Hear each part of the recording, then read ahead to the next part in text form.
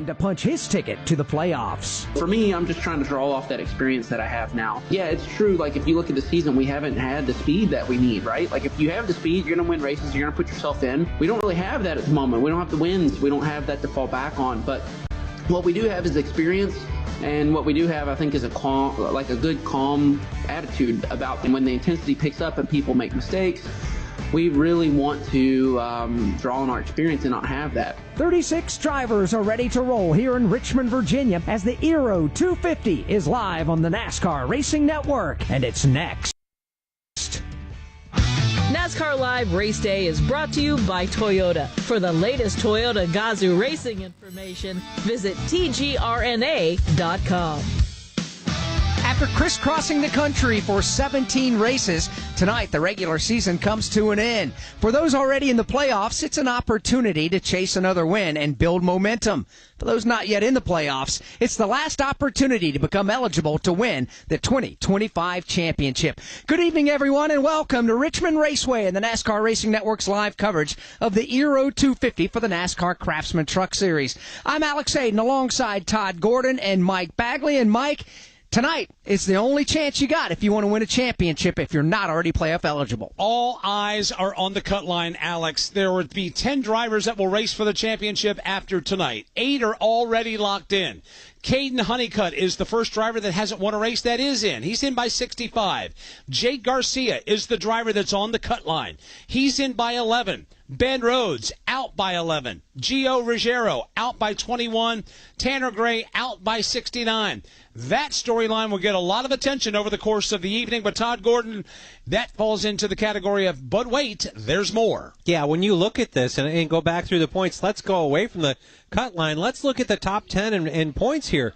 Lane Riggs, Chandler Smith, second and third in points. They're separated by 8 points as we come forward here. That's 2 playoff points by the end of the season, where they fall out at the end of the season.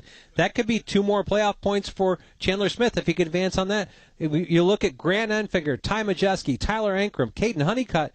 They're all separated by less than 20 points per position. Everybody there can make a position or lose a position, and that could be a playoff point come playoff time. Stuart Friesen, who won at Michigan International Speedway earlier, became playoff eligible by crashing in his dirt modified up in Canada, and the injuries that he sustained, he is out for the season and made it public yesterday that he is not going to try to request a waiver to remain a playoff driver. Therefore, Jake Garcia now moves in to the playoffs as we sit with 1 race to go. Mike, that changes the way that team has to think about things tonight. Absolutely. They are in by the smallest of margins. 11 points is not a lot here at Richmond, considering the teammate could take him out of that. Ben Rhodes of Thor Sport Racing, a former series champion, trying to get in. And then you got Gio Ruggiero, who'll start last on the field. When the green flag flies, that playoff leaderboard is going to shuffle just a tad for Gio. He'll drop considerably, but he'll have 250 laps to make up that time and those positions. Yeah, Gio's 21 points behind Jake Garcia for that last position, and he's got a big mountain to climb, starting scratch on the field. First stage being 70 laps. We'll see how far he can get. When we come back, we'll take you trackside to hear from the competitors.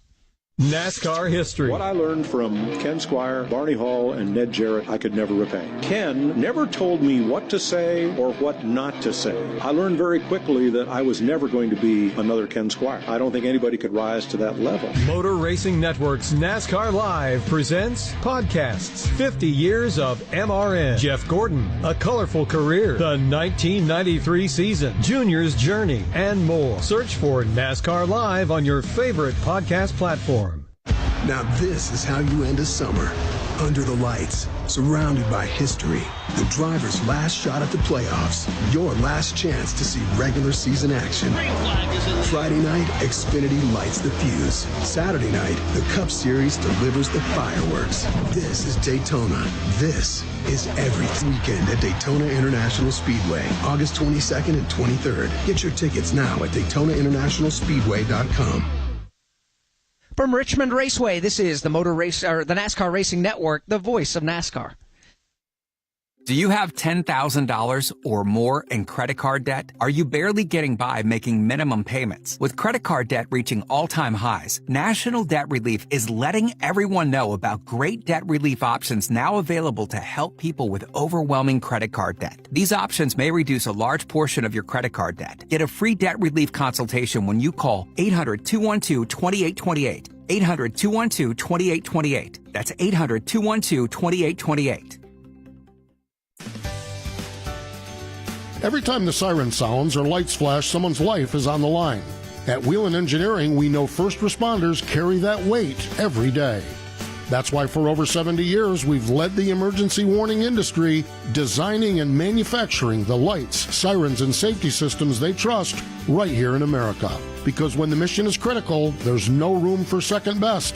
Wheelan Engineering, trusted to protect first responders.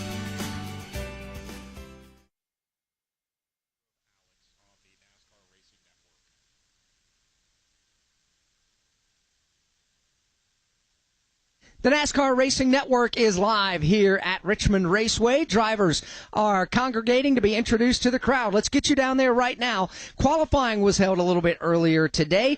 Lane Riggs posted a good, fast time. He's with Steve Post from Halstead, Pennsylvania. He will start in the third spot, Alex. And Lane, the last time we were on a short track was up in Indianapolis, and you really put on a dominating performance up there. How does the truck here, I know we're a lot different than what we were up there, but how does your truck feel relative to what you had up there at Indianapolis? Yeah, this place has a lot less grip than IRP does, and you just get reminded of that every time you come to this racetrack, just how wore out it is, and it's a struggle out there. I mean, you just feel like you're barely going around the track, and you're just struggling to find grip.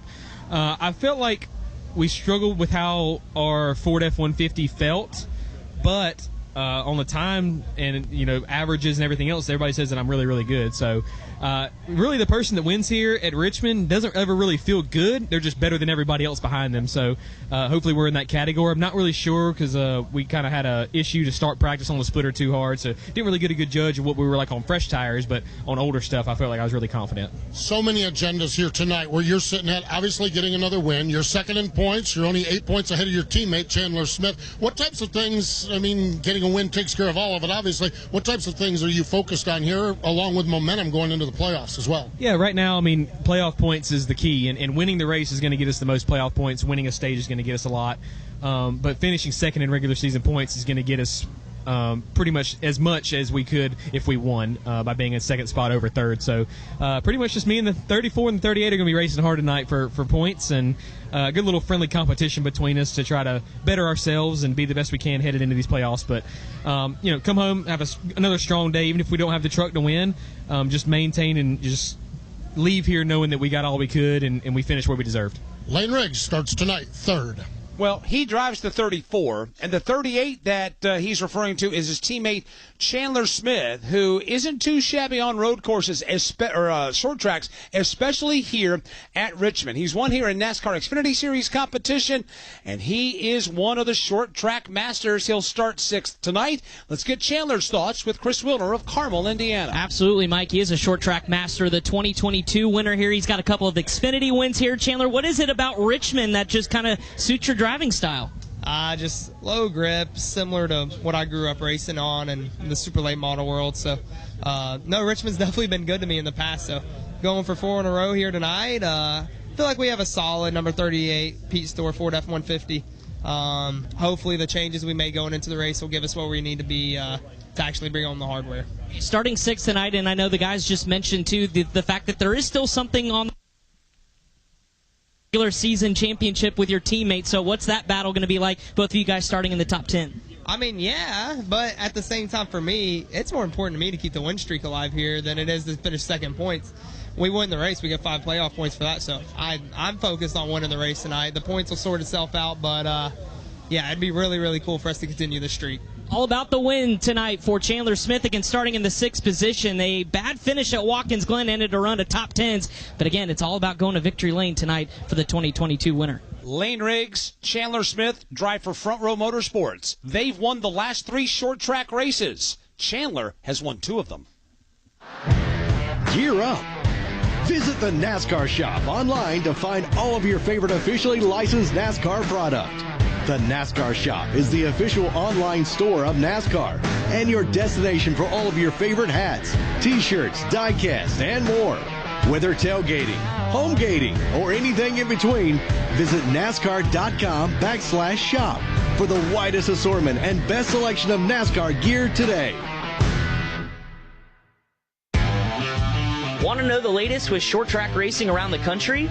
Well, one show has you covered, NASCAR Coast to Coast. Hi, I'm Chris Wilner. Join me each week as we break down the biggest headlines in grassroots racing and in NASCAR's regional and touring series. We'll also talk with rising stars from your favorite short track. Once again, it's NASCAR Coast to Coast. And you can watch or listen today on YouTube, Facebook, MRN.com, or on your favorite podcast platform.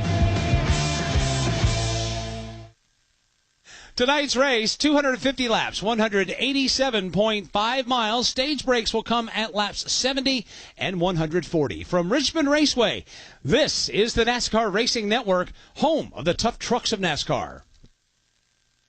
You've never been one to idly watch someone else do something for you. There's pride in self-reliance, in working with your hands, in harnessing the power of an E3 spark plug with Diamond Fire technology, yielding better engine performance. You have a choice to make. Take control of your ride, of your life, or be the passenger princess of it. Visit e3sparkplugs.com to put the power in your hands. Hi folks, Kyle Petty here. Victory Junction is celebrating 20 incredible years of camp for children with serious medical conditions. As we look ahead, we're gearing up for even more unforgettable experiences. Victory Junction provides joy year-round. Whether you know a child who would benefit from coming to a camp or you're looking to make a difference as a volunteer or staff member, Victory Junction is for you. Discover how you can get involved at victoryjunction.org.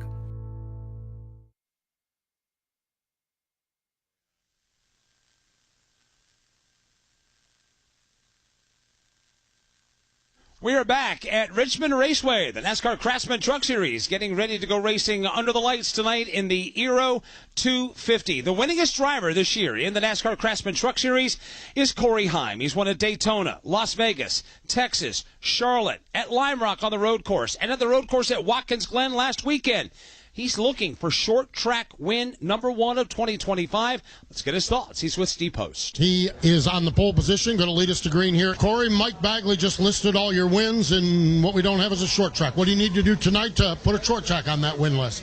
Yeah, I feel like we've been a little hit or miss in the short tracks this year. I mean, had a really good Martinsville going and a really good Wilkesboro going, and obviously just unfortunate stuff at the end there. And then IRP, our most recent short track, I thought we were kind of just okay. So, yeah, I mean, I feel like, practice was very promising here. It's going to change a lot with the sun going down, temperatures going off and whatnot. But so far, so good. Obviously got good short run speed with qualifying on the pole and whatnot. But going to be tough to hold up the 98. He's always been really tough here. So we'll see.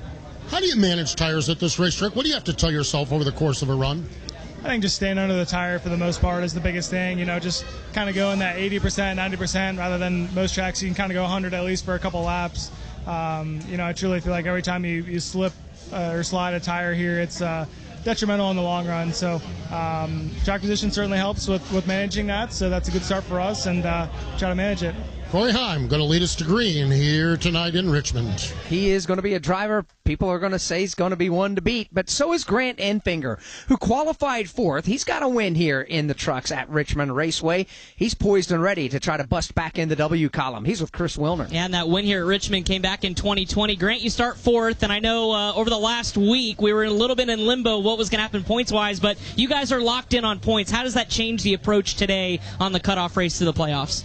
It does change it a little bit, but I'd say we've been in playoff mode the last couple of weeks here, too. So we're still kind of fighting to stay alive in the owner points. We're the last truck in right now, so we still got a fight in us there. But I'd say priority number one is try to win this race. Feel like we got decent speed, decent grip in our WVU Grant County Mold Chevrolet, which awesome paint scheme, by the way. So the guys did a great job with that. I didn't have the drivability I wanted. I like to be able to roll in the gas pretty early at a short track like this, and just having to wait on it too long. But we got potential. Like it has more grip than I was honestly expecting.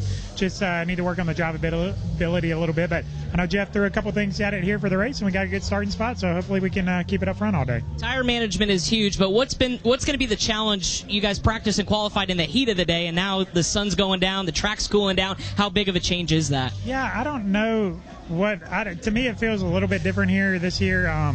The track had less grip than I was expecting, but we didn't fall off quite as much throughout the run. So I don't exactly know what to expect tonight, but obviously tires are going to mean a lot. It's just a matter of a whole lot or just a medium amount. I don't know, but they're going to be important. We got an extra set here, so we're going to have some strategy tonight. We're all going to learn together. That's Grant Enfinger going to start fourth tonight. Top 10s in all 5 starts here at Richmond. He's hoping to keep that streak going tonight, including the win that he picked up here back in 2020.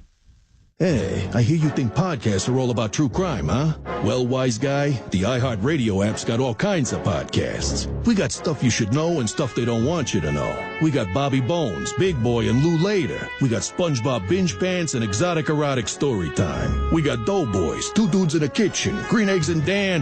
Hey, we got Elf Quest. We got podcasts for everything on the iHeartRadio app for free. If you don't download that, well, that's not just a true crime, my friend. That's criminal. Don't miss a moment of the NASCAR season. Chastain drove it and never lifted. Put it against the safer barrier and all the way around the turn. Passes Denny Hamlin. Check out the Motor Racing Network's coverage of the NASCAR Craftsman Truck Series, the NASCAR Xfinity Series, and the NASCAR Cup Series on hundreds of local radio stations around the country. Find your local station by going to mrn.com to catch the excitement of NASCAR on the Motor Racing Network, the voice of NASCAR. From Richmond Raceway, this is the NASCAR Racing Network, home of the tough trucks of NASCAR. Get ready to rev your engines, NASCAR. The speed, the action. You can now experience it all for free on the NASCAR channel on Tubi. All-day access to NASCAR action, streaming classic moments, iconic rivalries, and behind-the-scenes stories from the greatest drivers. Best of all, it's completely free. Stream anytime, anywhere on your favorite fast platform. No fees, no strings, just NASCAR. Find the NASCAR channel on your streaming device and start watching today. Don't risk losing the trusted news, traffic, sports, and weather you get from AM radio stations. It's time to make your voice heard. We need Congress to pass the AM Radio for Every Vehicle Act to keep AM radio in cars. When internet and cell services are out, AM could be your only lifeline. Text AM to 39179 and tell Congress to pass this critical legislation now. The message and data rates may apply. You may receive up to 4 messages a month, and you may text STOP to stop. This message furnished by the National Association of Broadcasters.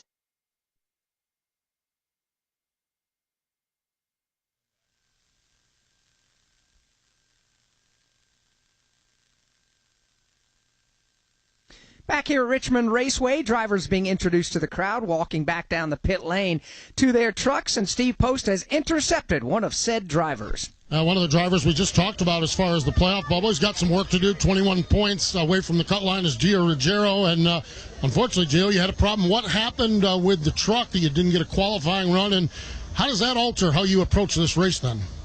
Yeah, we had a problem in practice. Only got to run about 8 laps there. Had a problem. Something happened in the rear end that broke, so had to take it to the garage and work on it, and unfortunately didn't get to qualify. But I still think we're going to have a good, fast Tundra tonight, and I think we got a good chance and just got to go for the win. Obviously, probably a little bit harder starting 35th to go for stage points here in this first stage, but just got to do whatever it takes and go out there and make the win happen, come home with the trophy. Nobody wants to be at a points deficit, I understand that, but does that almost make it easier where you can just focus on one goal and not really have to do math during the course of this race? Yeah, definitely a little bit easier there, but just trying to win every race really, and I think came and tested here earlier in the year, so I think that's going to help us out a little bit. Got a little bit of idea how the track is going to be and what it's going to do over the course of the run. I think I got a good plan, so just got to get to the front and get in the clean air and get some good track position. There you go. That's Gio Ruggiero. Has some work to do. He starts in the 35th spot, but we'll see how this winds up later on here tonight. Yeah, got a lot of work to do tonight to become part of the 2025 NASCAR Craftsman Truck Series playoffs. Let's talk to the driver that will start 25th tonight, a team truck to the driver, Grant Enfinger, that we talked to a moment ago. Carson Kvapil coming over from the NASCAR Xfinity Series. Going to do some truck racing tonight. Let's get his thoughts with Chris. Yeah, they've got the week off, and so what does Carson Quapple do? He straps aboard a Craftsman truck for the second time in his career, first of the season. So what came into the decision to come run here at Richmond tonight with these Truck Series racers? Yeah, I mean, we're all racers, right? We can't take a weekend off. So we've been running pretty hard, I think like 12 or 13 weeks with the Xfinity Series, and obviously you get the opportunity to come drive a truck, especially at a place like Richmond I've never been to, and just really made that decision pretty easy, right? Well, why would I decline racing a truck? So going to try to learn the most we can here, and I've never been here before, so between that and running a truck only once before, I have some stuff to learn, but I've already learned this place really wears some tires out, and hopefully I'll use some of my late model background to help figure it out. What was your first impressions about turning a lap at Richmond? Obviously, I know the big story is going to be the tires, but just how this racetrack has evolved and kind of what you've learned. Yeah, it seems like this place is super. There's a lot of ways to run this track, and I think that it's going to be a tough one for me. The fact that I ran Xfinity for the last few months, and it's kind of just run hard, right? And you don't really save much. But with these trucks, we get a good amount of tires this weekend. So it's just going to be all about trying to gain track position right away where we start in 25th, and if we can claw our way forward a little bit, put us in a little better position, and we're not running for points, so we can maybe flip some stages and try to get some track position there. That's Carson Quapple going to get a start 25th today, but wouldn't be surprised if we see the short track ace work his way up through the field. Making his second career start in the NASCAR Craftsman Truck Series. His last came 2 years ago at Bristol, where he finished 12th. NASCAR fans, today may be your lucky day. The Daytona 50/50 drawing is back to support the VetTix Foundation as the NASCAR Cup Series arrives in Daytona for the Coke Zero Sugar 400. Over $850,000 has been won by NASCAR fans since 2018, and you can be next. Jackpot keeps growing with every sale, and the winning number will be drawn August 24th. Buy your tickets right now at Daytona5050.com for a chance to win and give something to those who gave. Must be over 18 and in the state of Florida at the time of purchase to play. See all rules and regulations at Daytona5050.com.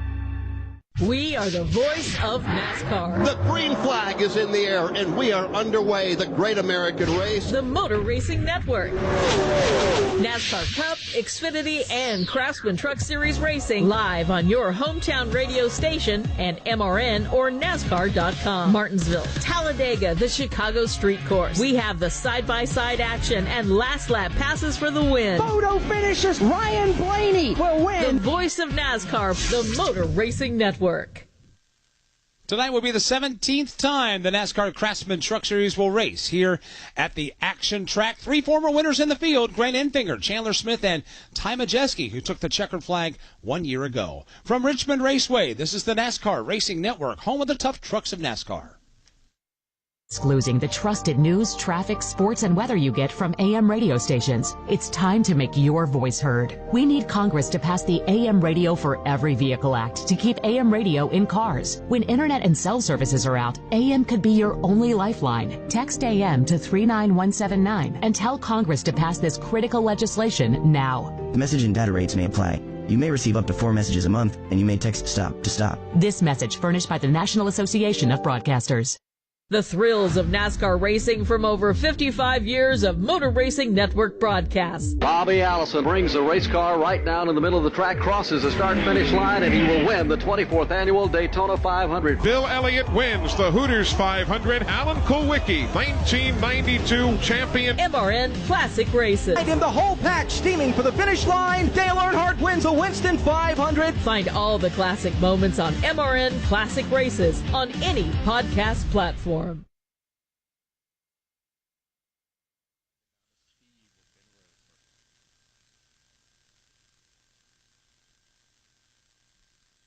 Back at Richmond, counting it down to the Euro 250 for the NASCAR Craftsman Truck Series. When we came on the air, we were talking about the cut line. The driver that was in, the driver that was out. Well, Jake Garcia is in by 11. Ben Rhodes is out by 11. Let's get his thoughts and his plan of attack for this 250-lapper tonight. He's with Steve Post. Ben starts in the 17th spot. So, Ben, talking about this playoff bubble, how front of mind do you have to be with this? How do you focus on this, yet focus on driving a race truck around a really tricky, challenging racetrack? Yeah, it is, too. It feels like every year we come here, I couldn't believe that it gets slicker, and it somehow gets more and more slick. So you're just pedaling these trucks on the throttle, just trying to get out of the corner. But, all in all, our F-150 seems to have good long-run speed in practice, just short-run speed. I was worried about that going to qualifying, and, of course, 17th place starting spot. Not where we want to be, but, we've got experience to fall back on here. We've been in this situation before, so we're not going to let it get to us. We're going to be calm, cool, collected all night. The problem is, right, is 17th place, you're kind of in the hornet's nest, so we're likely there in the middle of it. So I want to advance our position fast and make sure we're outside of that bubble. Lots of tires here. Are there opportunities for you and Doug George to maybe play around with some strategy to try to gauge stage points, try to get race wins? How aware are you of do you want to be of all of that? We need to be very aware of it. Those opportunities will present themselves at the most unlikely times, and we need those opportunities. The problem actually could be, though, that because we have the extra tires, it could limit strategy in a way. Other people will start flipping the stages because they have the ability to do it. They're not out of tires. So the cautions, it almost makes it where the cautions have to happen at a certain time where people are really weighing the options. If it happens late in the stage, people have extra tires. They're going to go for it. So for us, it's got to be the right timing, and, everybody's got tires now, so what do you do? Well, that's an interesting dynamic. It really, truly is. We'll see what happens with it. That's Ben Rhodes, crew chief Doug George. Kind of gave me the same story there. We're just going to have to watch how this one unfolds. Starts 17th here tonight. Being the first driver on the outside of the playoff grid here before this 250-lap race begins. This is the season finale, or regular season finale, rather. Jake Garcia currently is the last driver currently in. Well, that's a good thing. Bad thing is if somebody below him jumps up and wins the race, Chris Wilner, he is out. Yeah, absolutely, Alex. It's quite the conundrum for Jake Garcia. So you are in by the narrowest of margins. Alex Hayden was just saying if we get a new winner, you're out. But you're also racing your teammate for that final spot as well in points. So how do you compartmentalize the task at hand and just focus on the race? Yeah, there's certainly a lot going on here tonight. But the biggest thing is just controlling what we can control, and having a smart race, I feel like, is big. Because I feel like our truck's pretty decent, good enough to compete in the top 10 all night, and so I think that's what we need to do, just top 10 in all three stages, and I think we'll be all right, but those guys behind us could have a very good race and knock us out, so we just need to be aware of where they're at, but at the same time focus on ourselves and just keep improving our truck and running our race. I know athletes often talk about the big moments and kind of thriving in pressure. Where's your nervous meter at right now, or how do you feel just with the pressure of all that's on the line tonight? Yeah, there's certainly a little bit of pressure, being the guy that's in on the bubble. So, but at the same time, I feel like I do well with that and just blocking it out, taking a deep breath, and focusing on what we've got to do, and that's what I'm going to try to do tonight. I think the guys on the box for me will do a good job calling the race, and I trust them to have the right strategy calls to get us in the playoffs. All right, that's Jake Garcia again, 10th right now, currently in by 11 points as he gets set to go Steve Post from the 8th spot. Let's talk to another Thor Sport driver. This one's going to start in the 2nd spot, Ty Majeski. Ty talked to Cory Heim, and he said, you're awful good at this style of racing, and he thought like you had a pretty good truck. How did it feel from your perspective? I know you qualified 2nd. How do you feel about your efforts here tonight? Yeah, I think we're in the ballpark. Obviously, this fits, my style and my crew chief style. So, yeah, obviously a great racetrack for us in the past, and I think we're in the ballpark of where we've been here the last couple of years. So, yeah, we'll see. Obviously everyone's always getting better. Our old IRP setup didn't get it done this year. So, guys are constantly getting better, and that's the beautiful thing about our sport. But also it can be frustrating at times. So I think we have a good Soda Sense Sport F-150 tonight. Hopefully we can keep it up front and, similar to last year. Ty Majeski starts in position number 2, gentlemen. Yeah, that's something we'll pay close attention to. He certainly knows how to get around short tracks. It's a great piece of footwork that Ty Majeski can do on and off the accelerator, tapping the brakes. Got a good race on tap for you. 250 laps. We're getting closer and closer to the start. At Eero, we believe it's time to get more Wi-Fi from your Wi-Fi. Wi-Fi that delivers on the promise of Wi-Fi 7 with lightning-fast speeds and minimal latency. Wi-Fi that lets us do all the things and keeps us safe at the same time. It's time for Wi-Fi that's so reliable and easy, you don't even have to think about it. It's not too good to be true, it's just Eero. Learn more at Eero.com. That's EERO.com. Eero, the way Wi-Fi should be.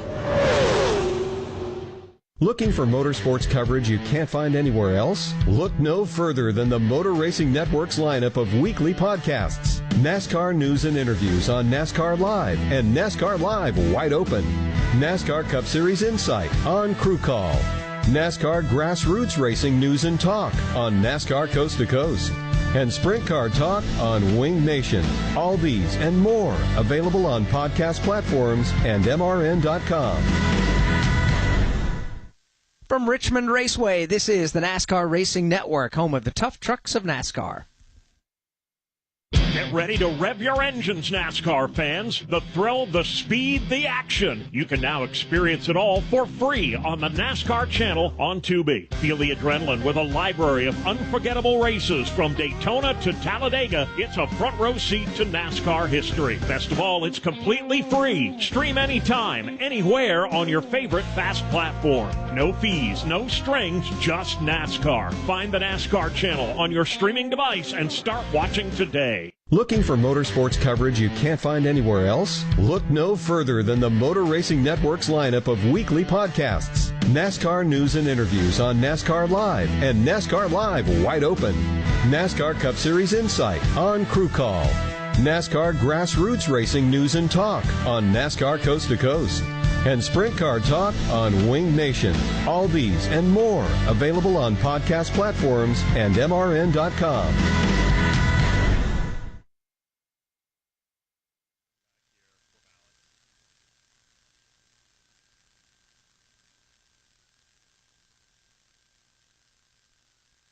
Back here at Richmond Raceway, the sun is setting and it's turned into a spectacular evening as the lights have just come on here at Richmond Raceway. Counting it down to the start of the Euro 250. Well, we've outlined what's about to happen in front of us, and then the 250 laps that separate us from finding out who will be the top 10 drivers that will run for the championship. Crew Chief, what's the nerves like down there if you're one of those drivers on the cut line or right below that cut line? Yeah, you're just trying to make sure everybody's got their details buttoned up and in a position that we execute.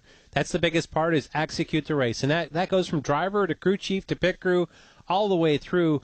At a place like this where the racetrack is worn out, you've got to manage it. All of us have to have our part. Getting your first career truck win here at Richmond is a tough task. Only 3 drivers have ever done that. Terry Labonte in 1995, Bob Keselowski in 1997, and Tony Stewart in 2002. That is an impressive list of winners to get their first ever NASCAR Craftsman Truck Series win here at the Action Track. Let's go trackside right now for pre-race ceremonies. Please rise as you're able. Remove your hats, and veterans render a hand salute as the Marine Detachment Fort Lee Color Guard presents our nation's colors. Here to offer tonight's invocation, please welcome 93rd Signal Brigade Chaplain Scott Britton. Let us pray. Our prayers are with the family of Mike Warrington of the Sunoco Fuels crew, who passed away last week after 37 years of service. Lord, we thank you for this day and for the privilege of living on the best country on earth. How blessed we are to gather here in the spirit of competition. Lord, I ask for your hand to be on each of these competitors. Give them clear vision, swift movement, and steady resolve. Protect each of them, Lord, as they give the best of their gifts to us tonight. And finally, I pray that we appreciate not only this race, but the fellowship that comes with it. May it all increase your reputation. It's in Christ's name that I pray. Amen.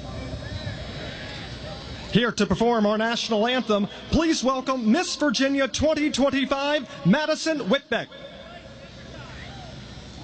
Oh, say, can you see by the dawn's early light what so proudly we hailed at the twilight's last gleaming, whose broad stripes and bright stars through the perilous fight o'er the ramparts we watched were so gallantly streaming, and the rocket's red glare, the bombs bursting in air, gave proof through the night that our flag was was still there. Oh, say does that star-spangled banner yet wave o'er the land of the free and the home of the brave? The Aero 250 for the NASCAR Craftsman Truck Series coming up next from the Commonwealth of Virginia. NASCAR Live Race Day has been brought to you by Toyota. For the latest Toyota Gazoo racing information, visit tgrna.com. Here's what you missed last week on Toyota Gazoo Racing. Bubba was totally as he around the pack, managing to across the finish line to claim me in victory lane. Now you're up to speed. You in? Follow the action at tgrna.com. Toyota, let's go places. NASCAR is a registered trademark of the National Association for Stock Car Auto Racing, LLC. The thrills of NASCAR racing from over 55 years of Motor Racing Network broadcasts. Bobby Allison brings the race car right down in the middle of the track, crosses the start-finish line, and he will win the 24th Annual Daytona 500. Bill Elliott wins the Hooters 500. Alan Kulwicki, 1992 champion. MRN Classic Races. And in the whole pack, steaming for the finish line, Dale Earnhardt wins the Winston 500. Find all the classic moments on MRN Classic Races on any podcast platform. From Richmond Raceway, this is the NASCAR Racing Network, home of the tough trucks of NASCAR. Have you racked up $10,000 or more in credit card debt? Are you barely getting by making minimum payments? With credit card debt reaching all-time highs, National Debt Relief is notifying consumers about significant debt relief options now available to help those with overwhelming credit card debt. These options may reduce a large portion of credit card debt for those who qualify. You don't need to declare bankruptcy or take out a consolidation loan, and you may only have to pay back a fraction of what you owe. National Debt Relief has already reduced the credit card debt for more than 550,000 consumers. So don't wait. If you owe $10, $20, or even $100,000 in credit card debt, you can now take advantage of this financial debt relief as the cost of living continues to skyrocket. To check what debt reduction you may qualify for, call 800-375-3232. 800-375-3232. That's 800-375-3232. National Debt Relief, the official debt relief partner of NASCAR. The voice of NASCAR.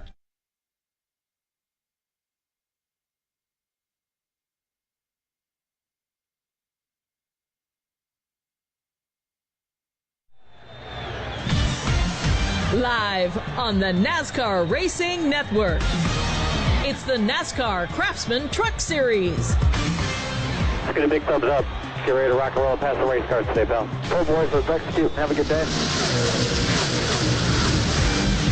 Today, the Aero 250 from Richmond Raceway. Brought to you by Craftsman. Get more runtime and better performance with the battery-powered Craftsman V20 brushless RP lineup. Learn more at craftsman.com. By Aero, the way Wi-Fi should be. Discover our newest generation of routers at eero.com. By Toyota. For the latest Toyota Gazoo racing information, visit tgrna.com. And by Sunoco. From NASCAR to your car, Sunoco fuels peak performance. Back at Richmond Raceway, pre-race pomp and circumstance drawing to a close. What's left to give is the command to fire engines. Then we're off for 250 laps here at this 3/4 mile D-shaped oval in Richmond, Virginia. We established the storyline up front, Alex. 8 drivers are locked into the playoffs. 2 more are trying to get in. Kane Honeycutt's in by 65. Jake Garcia's in by 11. But Ben Rhodes is out by 11. Gio Ruggiero is out by 21. That'll change when he drops to the tail end of the field where he is right now to take the green. And Tanner Gray's out by 69. All eyes are going to be on that cut line as we take the green. Yeah, it is. Caden Honeycutt's in the best position, but his circumstance is a little different. He's driving the Holmar Friesen entry, so he's got a different team he's having to communicate with, a different crew chief, a different pit crew he's going to have to deal with on every pit stop. There are challenges for Caden Honeycutt here. This is not a slam dunk to get in. No, it's not, but he's in a really good position. He's just got to have a day where he can execute their way through and they can put themselves in a great position. But learning all the people, especially the crew chief, I don't know if he brought his spotter with him, but different voices, different tendencies, and the communicating not only the pieces of how far the car is off. If he's, is his truck loose? Is it tight? They haven't had a reference to know the inflection in his voice, how big those adjustments need to be. Of course, we're talking about the regular season finale tonight at Richmond. Trucks will take next weekend off. Their playoffs will begin at Darlington on Saturday, August 30th. A weekend off. Then to Bristol and New Hampshire. Another off weekend. Then to the Roval. Another off weekend, then Talladega, Martinsville, and Phoenix, and we will crown the 2025 NASCAR Craftsman Truck Series champion. All of those races will be heard right here on the NASCAR. To be an outstanding playoff coming up soon, but we got to find out who else is going to be playoff worthy as we get set to go trackside now for the command to fire engines. Richmond Raceway, give a big NASCAR welcome to Dylan Barber. By day, he is a reality star and entrepreneur, but tonight, he is here to say those most famous words in motorsports. Take it away, Dylan. Richmond, are we ready? Well, let's get to it then. Drivers, start your engines! The sound we've been waiting for. 35 NASCAR Craftsman trucks come to life on the pit lane. If you're 55 or older and into that whole saving money thing, T-Mobile has an exclusive phone and internet bundle just for you.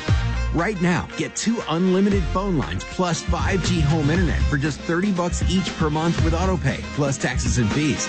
And with 5G home internet, setup is easy with just 1 cord and no technician needed, which is great if you're also into that whole keeping it simple thing. Switch now and experience the best mobile network in the U.S. Visit your local store to start saving. T-Mobile, it's better over here. Based on analysis by Ookla Speed Test Intelligence data Q4 2024 to Q1 2025. Ookla trademarks used under license. Unlimited on our network. Customers on voice plan may notice speeds lower than other customers and further reduction if using more than 50 gigs a month due to data prioritization. Video streams and SD on this plan. Home internet pricing after $20 a monthly bill credit plus $5 per line without autopay. Debit or bank account required. See 5G device coverage and access details at T-Mobile.com. From Richmond Raceway, this is the NASCAR Racing Network, home of the tough trucks of NASCAR. Every time the siren sounds or lights flash, someone's life is on the line. At Wheelan Engineering, we know first responders carry that weight every day. That's why for over 70 years, we've led the emergency warning industry, designing and manufacturing the lights, sirens, and safety systems they trust right here in America. Because when the mission is critical, there's no room for second best. Wheelan Engineering, trusted to protect first responders. Here, I want to tell you about a place that's dear to my heart, Victory Junction. It's a year-round camp that gives kids with complex medical and physical conditions life-changing experiences that are fun, empowering, and always free for families. Please help Victory Junction support kids who need it the most by making a donation today. Any amount will help kids attend camp for free. Help make a difference by visiting victoryjunction.org/donate.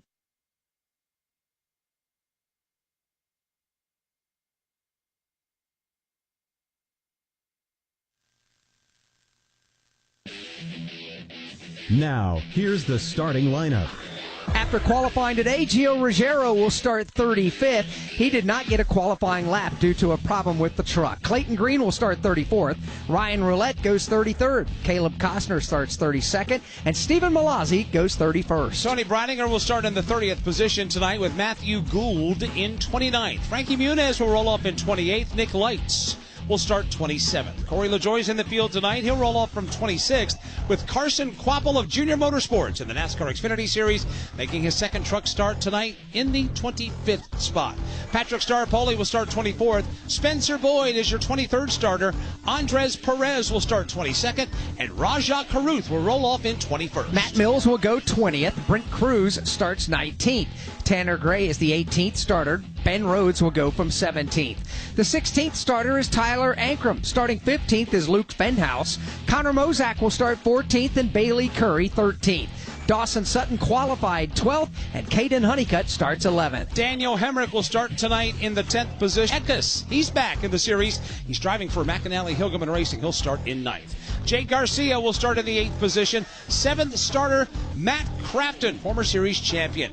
Chandler Smith, the Front Row Motorsports, will start in position number 6, with Sammy Smith also coming over from the NASCAR Xfinity Series. He'll start tonight in 5th. Grant Enfinger's your 4th starter. Lane Riggs will start 3rd. Ty Majeski will start on the outside of the front row. And leading the field to the green flag will be Cory Heim. He turned a lap of 116.908 miles per hour in qualifying. That's 23.095 seconds on the stop line. As the trucks move their way off of pit lane and onto the racetrack for the opening pace and parade lap, we will take a swing around the track, bring in another voice poised and ready to call the action for us here tonight. This Richmond Raceway, 3/4 of a mile in length. The front stretch is banked at 8 degrees. It is a continuous left-hand turn, 1,290 feet in length before they get to turns 1 and 2 and into the view of Dave Moody from Barry, Vermont. Thank you, Alex Hayden. Good evening once again, everybody. The turns here at Richmond Raceway, both 1, 2, 3, and 4, all banked the same. 14 degrees. It's enough to give a little bit of help to a struggling race truck. It's wide enough to run 4, 5, even 6 wide. We rarely, if ever, see that. One of the big questions here tonight, though, is how far the racing groove will expand as the afternoon and evening go on. They'll be all huddled up on the bottom of the racetrack early. In the past, we've seen the groove expand almost all the way up to the outside retaining wall. That's one of the big question marks that we'll answer before this race is over here tonight. One more thing to keep an eye on, the setting sun will be a bit of a challenge here in the early going for the drivers. Midway between 1 and 2, they'll be looking straight into that sunset. Shouldn't last long, but it'll be a challenge for as long as it lasts. Dave Moody positioned high atop turn number 3 tonight to call all of the action of the Euro 250. Pace trucks are completing their pace and parade laps. They'll come down the pit lane to check their tachometers, and once that's done, they'll double up for the start, and we'll throw the green flag here tonight at Richmond, Virginia. That allows us one more trip down the pit lane to catch up on some stories and a final thought from the pit lane. We begin with Steve Post. It is good to see Christian Eckes back here in the Truck Series driving for McAnally Hilgeman Racing. He finished 3rd in the points last season here before moving on to the NASCAR Xfinity Series, and they were really good on the short track. 7 short track races last year, 3 wins, 2nd place finish here at Richmond. We'll see how he fares here tonight. This is the first of 2 starts here in the McAnally Hilgeman Racing team in the Truck Series. Tonight, he starts in position number 9. Chris Wilner? Well, Steve Post, going into Richmond, there was a lot of jockeying for different truck seats as several drivers have found new homes. Well, the vacancy left by Caden Honeycutt at Nice Motorsports has now been filled by Bailey Curry, the journeyman from Driftwood, Texas. Has had 2 top 10s in his last 3 starts, but it's been an off and on start of the season for Bailey in the part-time role for Nice Motorsports. But he gets tabbed as now the full-time driver moving forward for the rest of the season. I talked to Bailey before the race. He said, while obviously there is no Drivers' Championship, there is an Owners' Championship that Nice Motorsports would love to go for later on when we get to Phoenix, and it starts tonight by keeping that 45 truck in the Owners' playoffs. There's a 4-way race between other manufacturers and teams for the Owners' playoff spot, and right now, if he can have a solid finish, he could do major wonders for that 45 group at Nice Motorsports. And it's been a big day for Nice as well. Over the course of the day today, a new ownership group announced for Nice Motorsports. Al Nice, the team's founder, stepping aside a little bit as their sponsors, DQS Solutions and J&F Electric. The ownership group of those are hopping aboard the majority ownership of Nice Motorsports, a changing of the guard as they continue to build up Nice Motorsports, a race team that has been a stalwart of the Truck Series for over the last couple of decades. So big news in the Nice camp, but right now for Bailey Curry, his job as the part-time, now full-time driver the rest of the year is to keep this truck in the Owners' Playoff Championship.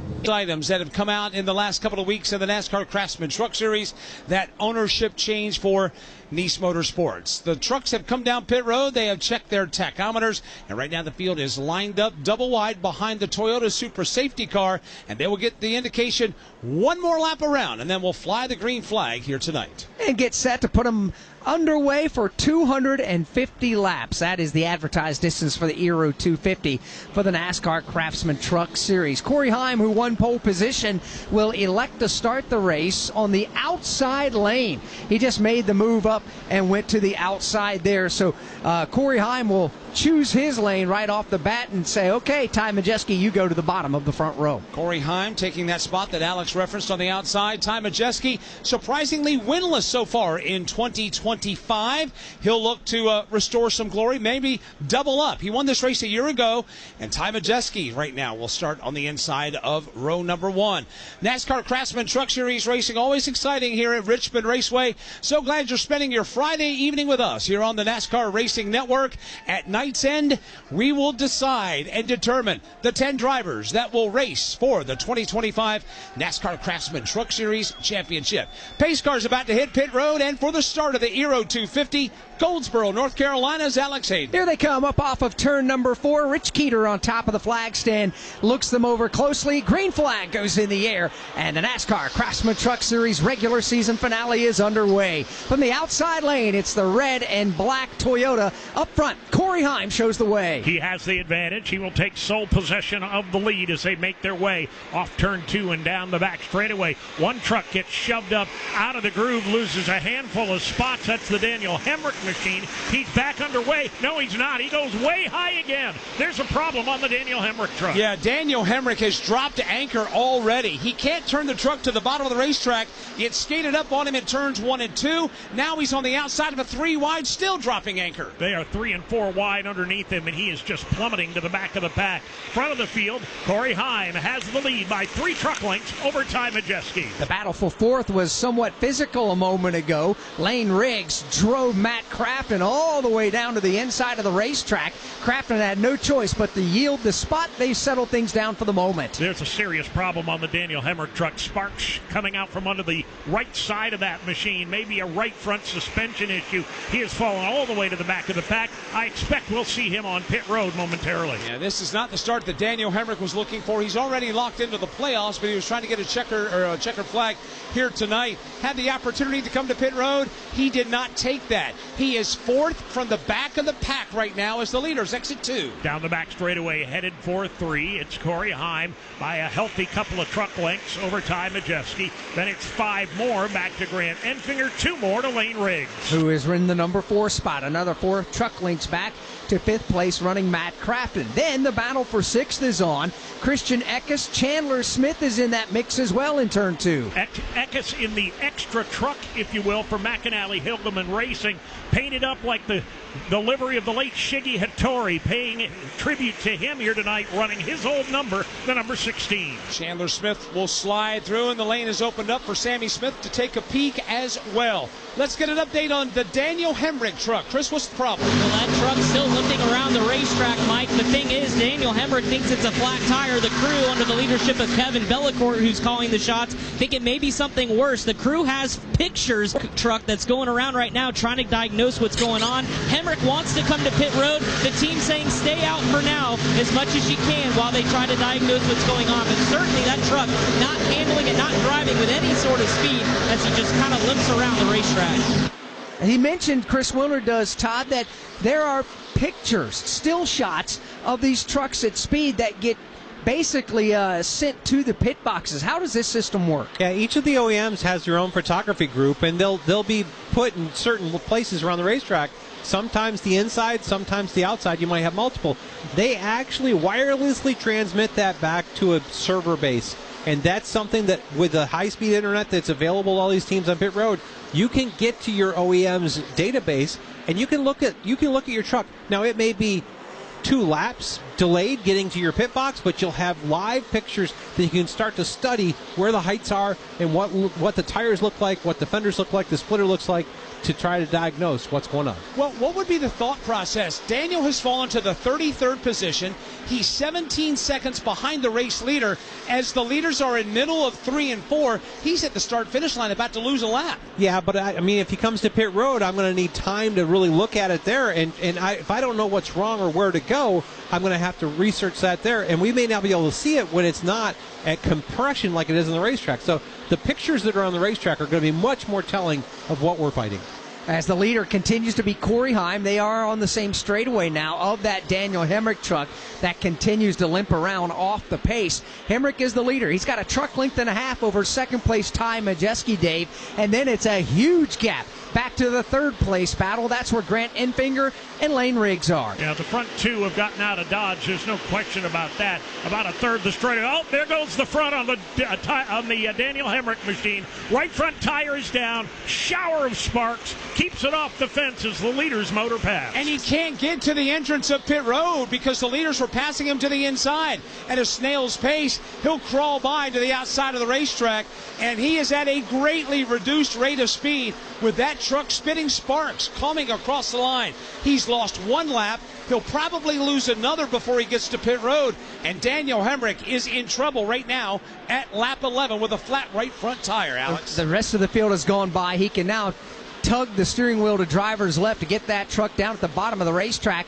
I think this is a good no call on caution for the NASCAR race control. Let this race continue to play out. Hate the luck for Daniel Hemrick and that team.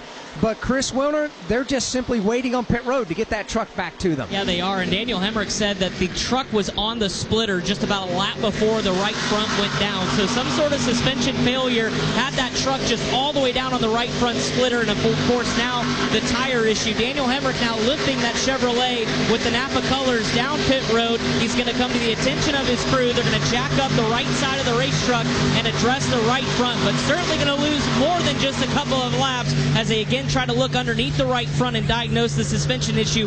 Now they're mentioning something's broken, so things are starting to get bad to worse for Daniel Hemrick. Yeah, and you talk about this. We don't run at racetracks of this size. We don't run interliners on this. So if that tire was going flat, as it loses air, it loses height and ends up putting itself down there.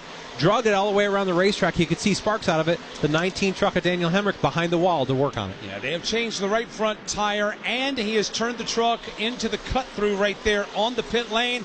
He has lost 3 laps, about to lose a 4th. Daniel Hemrick with a nightmare start to the Aero 250 tonight.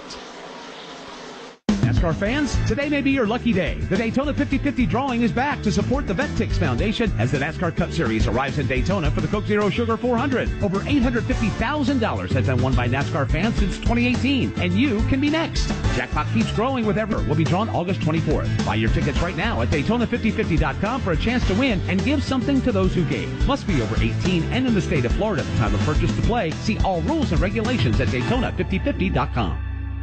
Looking for motorsports podcasts you won't find anywhere else? Check out the Motor Racing Network's lineup of exclusive podcasts. MRN Classic Races, Junior's Journey, The Many Hats of Jack Roush, Richard Petty, Road to Royalty, 50 Years of MRN, Jeff Gordon, A Colorful Career, and The Tough Trucks of NASCAR. Find these and more MRN exclusive podcasts on podcast providers and MRN.com. There is a new leader in the Aero 250. The challenge and change for the lead just happened off turn 2. And it was a muscle move by Ty Majeski. He did it the hard way, went to the outside of the Cory Heim machine, out-dragged him down the back straightaway into 3, and now is immediately pulled away by nearly 2 truck lengths. They are going to have to deal with the tail end of the field as they are rapidly closing in there. They'll have to have another 4 or 5 laps before they encounter the back markers. Ty Majeski leads Cory Heim. Lane Riggs is 3rd. We've got 51 laps to go in the opening stage from Richmond Raceway. This is the NASCAR Racing Network, home of the tough trucks of NASCAR. You've never been one to idly watch someone else do something for you. There's pride in self-reliance, in working with your hands, in harnessing the power of an E3 spark plug with Diamond Fire technology, yielding better engine performance. You have a choice to make. Take control of your ride, of your life, or be the passenger princess of it. Visit e3sparkplugs.com to put the power in your hands. Hi folks, Kyle Petty here. Victory Junction is celebrating 20 incredible years of camp for children with serious medical conditions. As we look ahead, we're gearing up for even more unforgettable experiences. Victory Junction provides joy year-round. Whether you know a child who would benefit from coming to a camp or you're looking to make a difference as a volunteer or staff member, Victory Junction is for you. Discover how you can get involved at victoryjunction.org.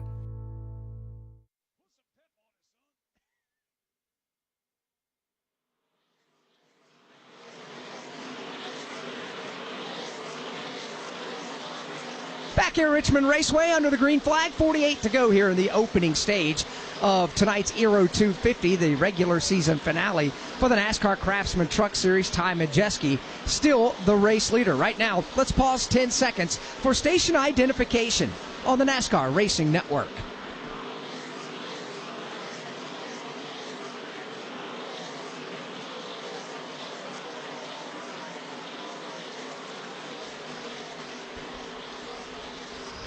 NASCAR Racing Network is live at Richmond Raceway, the capital of the Commonwealth of Virginia. I'm Alex Hayden. Alongside is Mike Bagley and Todd Gordon. Dave Moody is out in the turns tonight with Steve Post and Chris Wilner up and down the pit lane. Ty Majeski has just taken the lead away from Cory Heim and Dave Moody. Ty Majeski is a very busy man on the backstretch. He's getting on with getting gone. He's pulled away from Cory Heim, but he has got his hands full of lap traffic. He's going to go around the Spencer Boyd machine. Frankie Muniz has gone a lap down. Tony Breidinger, Matt Gould at the front of the pack. It's a frenetic pace right now. Nick Lights is next in line to go a lap down. 25 trucks remain on the lead lap, but that may change in turn 2. Yeah, down the back straightaway. He has cleared the lap traffic now, has Ty Majeski. He'll get a little bit of a break. Next in line, Andres Perez de Lara. 45 laps are in stage number 1. Ty Majeski leads. Cory Heim second. You've got Lane Riggs in third, Grant Enfinger fourth, and Matt Crafton in fifth. Sixth is Sammy Smith. Seventh is Chandler Smith. Caden Honeycutt is eighth. Christian Eccles ninth, and Jake Garcia is 10th. 11th right now is Bailey Curry. Tyler Ankrum is 12th. Ben Rhodes is 13th. Connor Mozak is 14th. Rajah Caruth 15th. Corey LaJoy is 16th, and Carson Quapple is 17th. 18th is Luke Fenhouse. Gio Ruggiero up to 19th after starting dead last, and only 8 laps of practice today. 20th is Dawson Sutton. 21st is Matt Mills. 22nd is Brent Cruz. Tanner Gray is 23rd. Andres Perez is 24th. Nick Lights is 25th. Spencer Boyd is 26th. Patrick Sarapoli is 27th. Matt Gould is 28th. Frankie Muniz 29th. And Tony Breidinger is 30th. 31st is Caleb Costner. 32nd is Ryan Roulette. Daniel Hemrick is 33rd and behind the wall. Stephen Malazzi also behind the wall, as is 35th place running Clayton Green back in 35th. Leaders continue under the green flag. Cory Heim led the opening 17 laps. Ty Majeski 11 laps into his race-leading stint right now. He's been dealing with a lot of lap traffic as we continue through this opening stage of the Euro 250 for the NASCAR Craftsman Truck Series. Don't forget tomorrow, NASCAR Cup Series racing coming your way with the Cookout 400. Motor Racing Network will be on the air at 6:30 p.m. Eastern Time with NASCAR Live Race Day. That will be the penultimate race of the NASCAR Cup Series regular season. Their regular season finale comes up next Saturday night at Daytona International Speedway with the Coke Zero Sugar 400. Today is Friday, August 15th. I'm going to throw a date at you here, guys. Friday, May 2nd. That date comes to mind. Friday, May 2nd, because that was the last time Ty Majeski led a lap in a NASCAR Craftsman Truck Series race, and that was all the way back at the Texas Motor Speedway. So for him to get back up front and continue to lead laps here on a short track, in desperate need of continuing to build momentum on their run to the playoff to try to defend their championship, they need something positive to happen. They do. Surprising they've not won a race, but they have been good enough to make their way into the playoffs. Locked in and going to be running for the title. But Ty Majeski is out front and leading. He's out front by 2.4 seconds. And quite frankly, Alex, this is the flex that we've grown accustomed to seeing from Ty Majeski on short tracks. He is a short track ace out of Wisconsin and barnstorming around the Midwest and, heck, all around the country. If there's a late model race on a short track someplace, chances are he is going to be entered in it, and a high probability he's got a chance to win the thing. But Dave Moody, Ty Majeski, looks like his truck, even though the tires are wearing out 33 laps into this thing, able to put that truck just about anywhere he wants to. Yeah, he's better than just about anybody right now in terms of being able to move up or down on the banking and make the moves that he needs to fight his way through lap traffic. As you mentioned, it's been a tough season for him. It's been kind of a tough season for Thor Sport Racing in general. They've not been able to flex the muscle that we've seen out of them in the past, but Majeski leading the race right now. His teammate Matt Crafton running fifth. Good night in the offing for Duke and Rhonda Thorson. Right now, Ty Majeski had some open racetrack to work with, But right now, he is using a line that no one else is using in the front 5, front 10. He'll go in, middle way of the racetrack, let it slide up about a lane and a half, cut it back to the middle portion of that groove coming off the corner, and then take a wide set in 3 and 4, Alex. And that obviously is paying off on the stopwatch right now as his lead has shrunk just a moment, but that's still a potent lap around this Richmond Raceway for him. Yeah, and with the tires wearing out like they are, he's having to be just a tick more careful. Even though he's got a good handling truck and plenty of speed in it, you have to be careful and pick your place where you attack the back end of the field to try to put them a lap down, Todd. It's back there. When you look at it and look at the rundown from Corey LaJoie in 16th back to Matt Mills in 21st, they're all within probably 4 seconds of the leader. Ty Majeski's got a torrid pace right now. Got the back half of the field in jeopardy. Yeah, right now he has just put Brett Cruz a lap down, closing in on others, and now he's using the bottom lane of the racetrack. He'll dial that up at the entrance of turn number 3.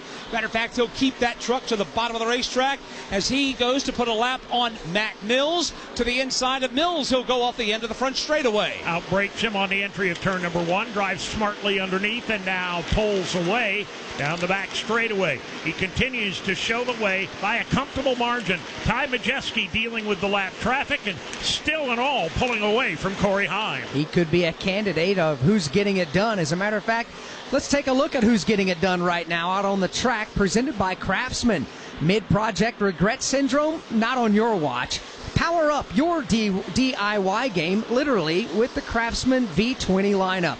One battery system, 100 plus products, and a million reasons to build on. Learn more at craftsman.com. Steve Post talked to Gio Ruggiero before pre-race. Talked about only getting 8 or 9 laps of practice before they had to change a gear or something in the driveline there. Gio started scratching the field, not qualifying. He's up to 19th. I'd say Gio Ruggiero's getting it done. And he's trying to take 18th away from Luke Fenhouse on the backstretch. Down the back straightaway they come. Gio Ruggiero not making any spectacular moves, not getting crazy, just picking them off one at a time as he can. The same can be said for Sammy Smith.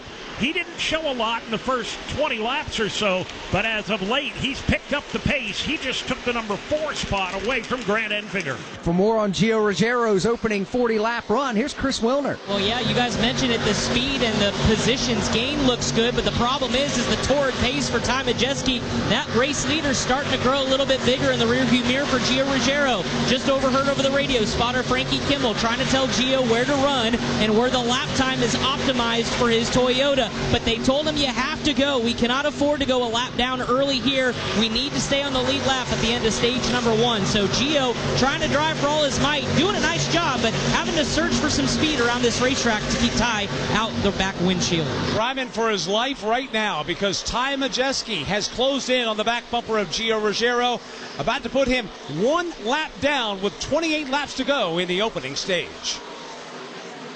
At Eero, we believe it's time to get more Wi-Fi from your Wi-Fi. Wi-Fi that delivers on the promise of Wi-Fi 7 with lightning-fast speeds and minimal latency. Wi-Fi that lets us do all the things all at once and keeps us safe at the same time. It's time for Wi-Fi that's so reliable and easy, you don't even have to think about it. It's not too good to be true. It's just Eero. Learn more at Eero.com. That's EERO.com. Eero, the way Wi-Fi should be.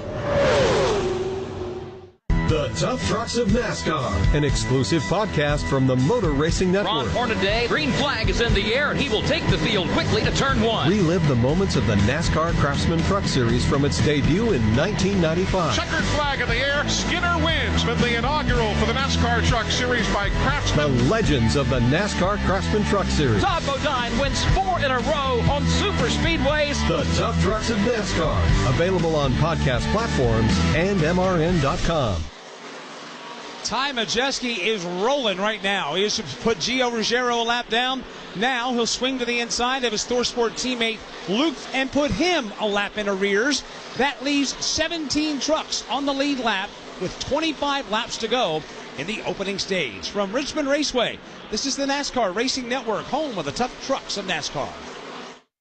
Do you have $10,000 or more in credit card debt? Are you barely getting by making minimum payments? With credit card debt reaching all-time highs, National Debt Relief is letting everyone know about great debt relief options now available to help people with overwhelming credit card debt. These options may reduce a large portion of your credit card debt. Get a free debt relief consultation when you call 800-212-2828. 800-212-2828. That's 800-212-2828.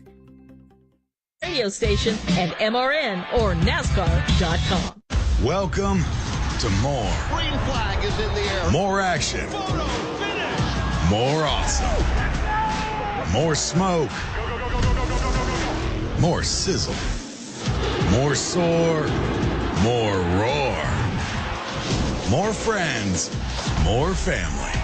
Welcome to the one place where no matter who you are, you'll leave with something you'll never forget.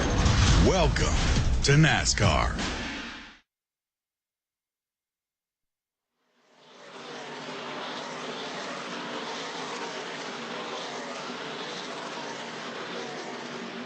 Back at Richmond Raceway while Majeski scampers away with the lead. 2.6 seconds in hand. There's a great battle for second on the backstretch. And it's been a physical battle between Lane Riggs and Cory Heim.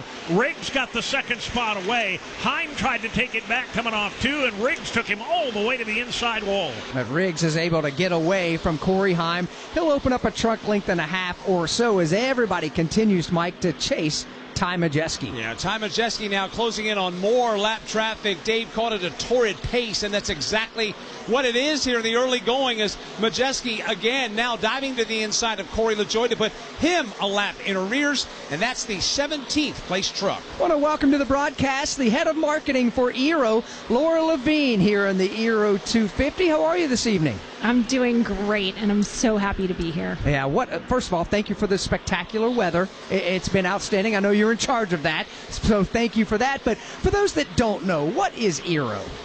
Aero is Wi-Fi routers that work with any internet service provider, and we service homes as well as small businesses, and some internet service providers even bring Aero into the home when you contract with them.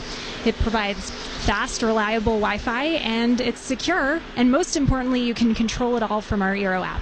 A lot of users love your product. We know a lot of them. How did you get associated with NASCAR?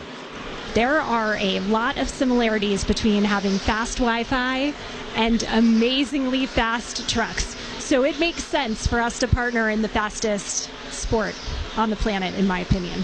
And here at Richmond Raceway, putting on a spectacular race. I know you've got the Aero colors on a NASCAR Cup Series car with the Wood brothers and Josh Berry in tomorrow night's race. But when you watch this play out tonight in the Aero 250, do you guys have a favorite here in this one tonight? Oh my gosh, it's so hard to pick. It would be a shame to call for a favorite.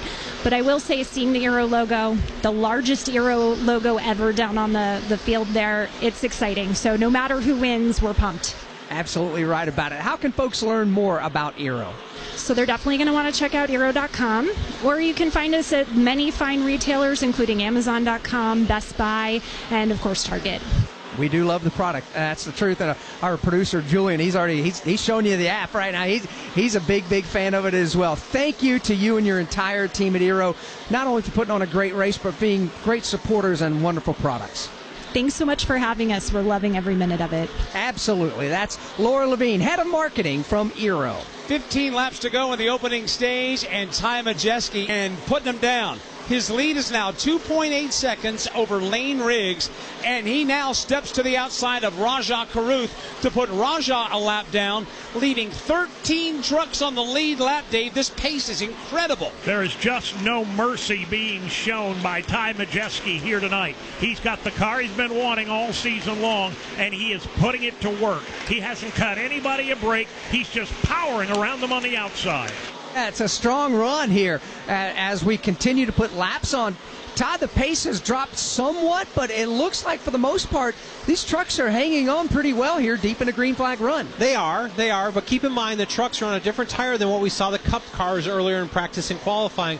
This isn't as soft as the Cup tire is, but you know, I think everybody's fighting a little bit less as Majeski with a torrid pace that he's run out. Of course, Majeski, a product of Midwestern short tracks, He knows how to save tires at tracks like Madison and Slinger and all that. And right now he is taking them all to the woodshed, Todd. And not to mention that Joe Scheer Jr., his crew chief, a great short track racer as well that comes out of that same area. They seem like they speak the right language to each other when it comes to this. And this is the time of year that we have seen Ty Majeski and this whole team actually rise and get themselves playoff ready. Todd points out that Majeski's got a torrid pace going. We only have 12 trucks on the lead lap, believe it or not.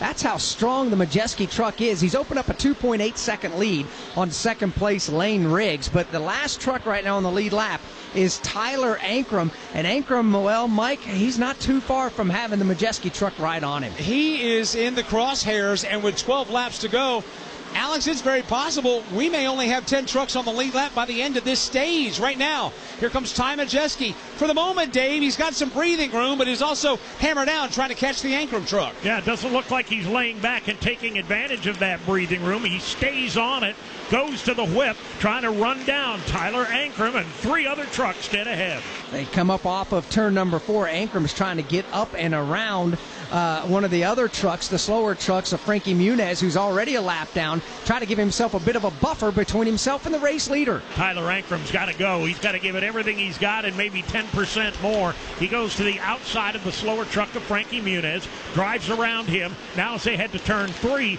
he'll try and do the same thing to Matt Gould. Right now, Ty Majeski just eases off the end of the back straightaway, goes right to the yellow line at the bottom of the racetrack, and now swings wide up onto the main straightaway, bowing out the arced out portion of this racetrack, and now going back to the bottom of the racetrack again to put more trucks a lap down. He takes a higher line through the corners that allows him to keep more momentum at corner exit, and then he can either surge around the outside if they give him the room, or he can dive down low and drive underneath them. Whatever they do to try and stop him, it just doesn't matter.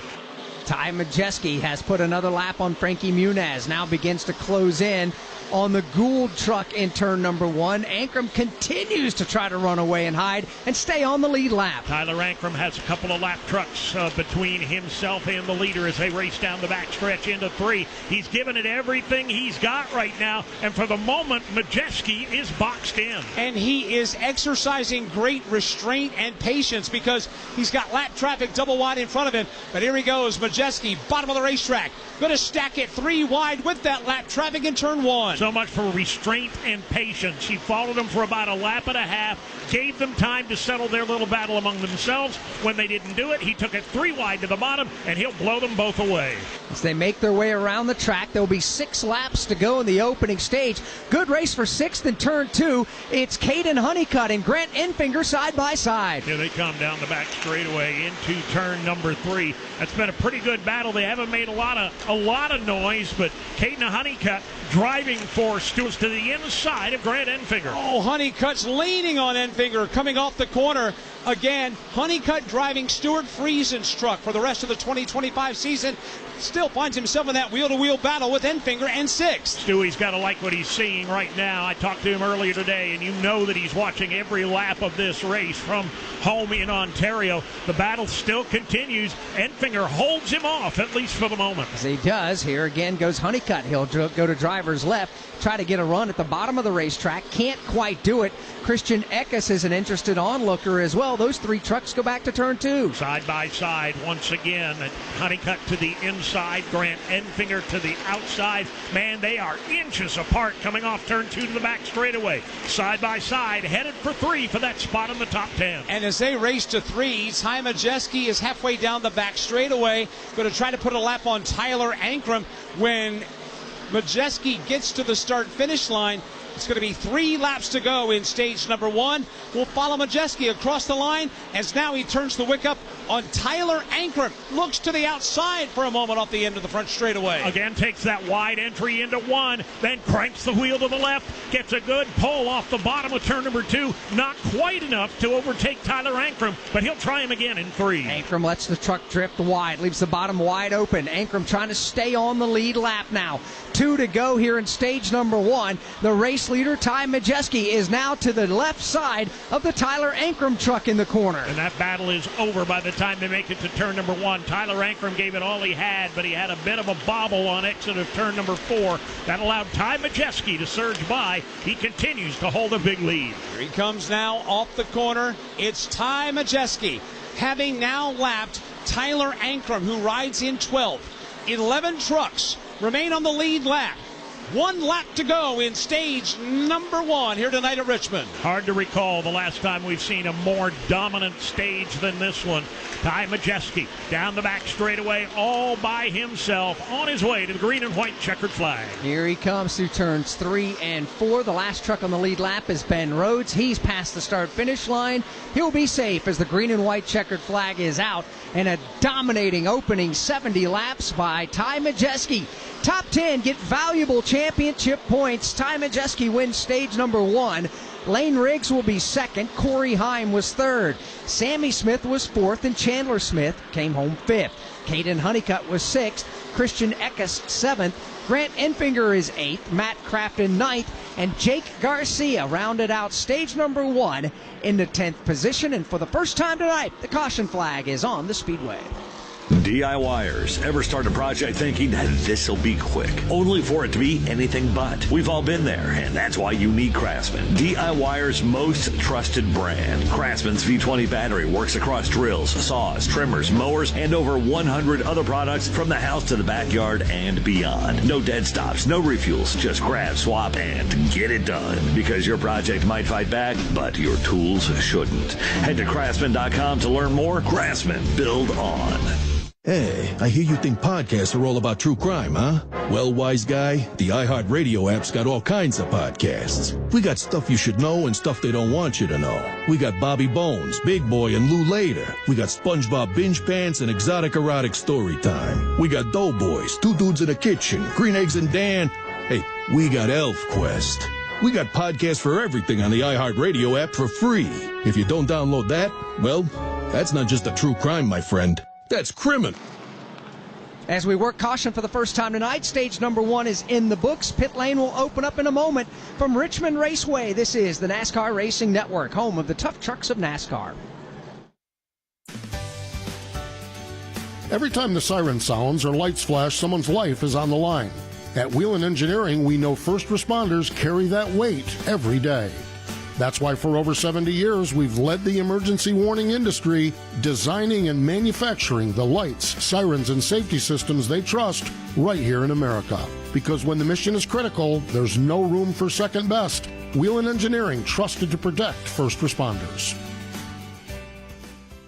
Hello? Hey, Tim. It's your man tank. I think those veggies in the crisper are drying up. I know. I've been meaning to eat those. I'll get around to it. Get around to it. I will, man. Jeez. All right? Or just eat Jack Link's jerky. Smoked, seasoned. Some real meat would do you a lot of good, Tim. Jack Link's beef jerky. Official meat snack of NASCAR. Feed your wild side.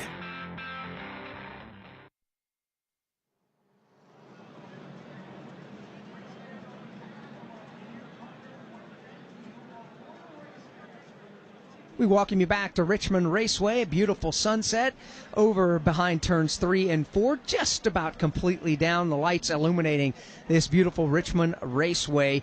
You know, Todd, Ty Majeski, it's not very often we see a driver or a team bring a vehicle good enough to just put a whooping on the field, but what he was able to do once he got the lead and drive away and lap all the way up to the 11th place truck was pretty phenomenal. Yeah, I wondered early when he took the lead from Cory Heim. He was dogging Cory. I felt like he had more pace than he did.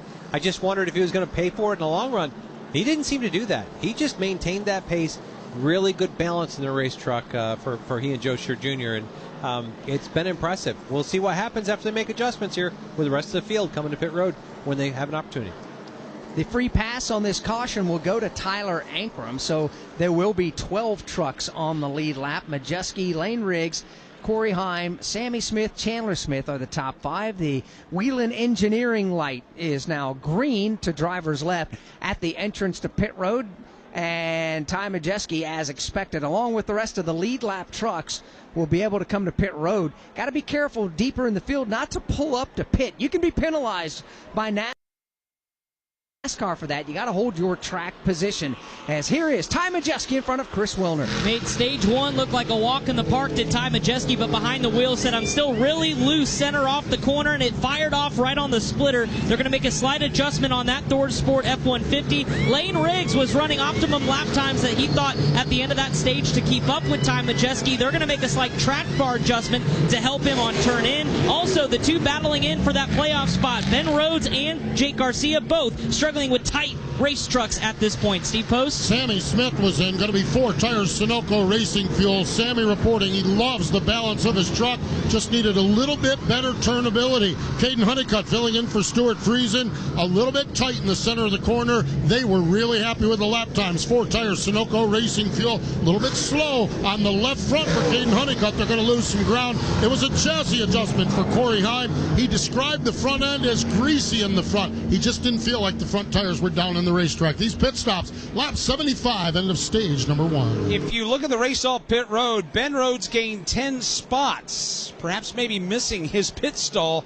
Ty Majeski off the pit lane. Cory Heim right behind him with Lane Riggs, Sammy Smith, and Christian Eckes all leaving the pit road in that formation as we work caution flag number 1 of the evening. If you're older and into that whole saving money thing, T-Mobile has an exclusive phone and internet bundle just for you. Right now, get 2 unlimited phone lines plus 5G home internet for just $30 each per month with autopay, plus taxes and fees. And with 5G home internet, setup is easy with just 1 cord and no technician needed, which is great if you're also into that whole keeping it simple thing. Switch now and experience the best mobile network in the U.S. Visit your local store to start saving. T-Mobile, it's better over here. Based on analysis by Ookla of speed test intelligence data Q4 2024 to Q1 2025. Ookla trademarks used under license. Unlimited on our network. Customers on voice plan may notice speeds lower than other customers and further reduction if using more than 50 gigs a month due to data prioritization. Video streams and SD on this plan. Home internet pricing after $20 a monthly bill credit plus $5 per line without autopay. Debit or bank account required. See 5G device coverage and access details at T-Mobile.com.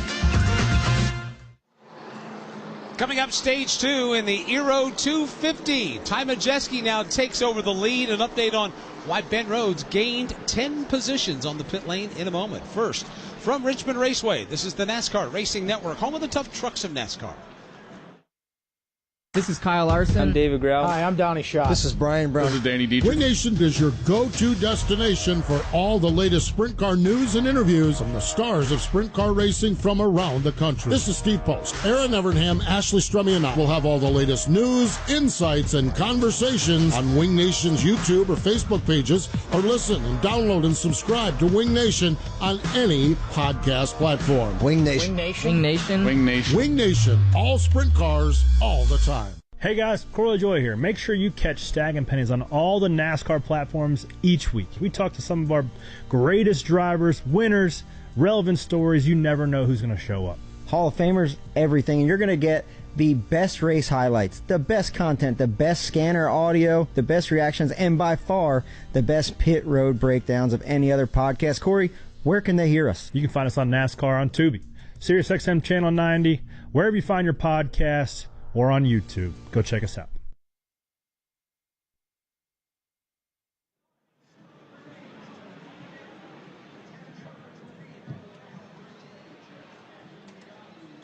Back at Richmond Raceway, we continue under the caution flag. Coming out for the end of stage 1, we mentioned Ben Rhodes. All of a sudden we look down, he gained 10 spots on the pit lane. Chris Wilner, why did he gain all those spots? Well, he never stopped in his pit box, Mike Bagley, and that's a problem when you're trying to make a pit stop here at Richmond Raceway. Turns out Ben Rhodes, just a lack of driver error, he came over the radio and said, I apologize, I didn't realize how quick the first pit stall is. He is pit box number 1 on pit entry. It's a curve. It's technically the exit at turn number 4, but it comes up quick, almost a blind entry. There is an unused pit box right before, but it kind of threw him off for a loop. So he apologized to the crew, but they had to come back around, change 4 tires, get the adjustments he needs. So he lost all that track position he gained. But yeah, it was just driver error on entering his pit stall here. That first pit box at pit entry.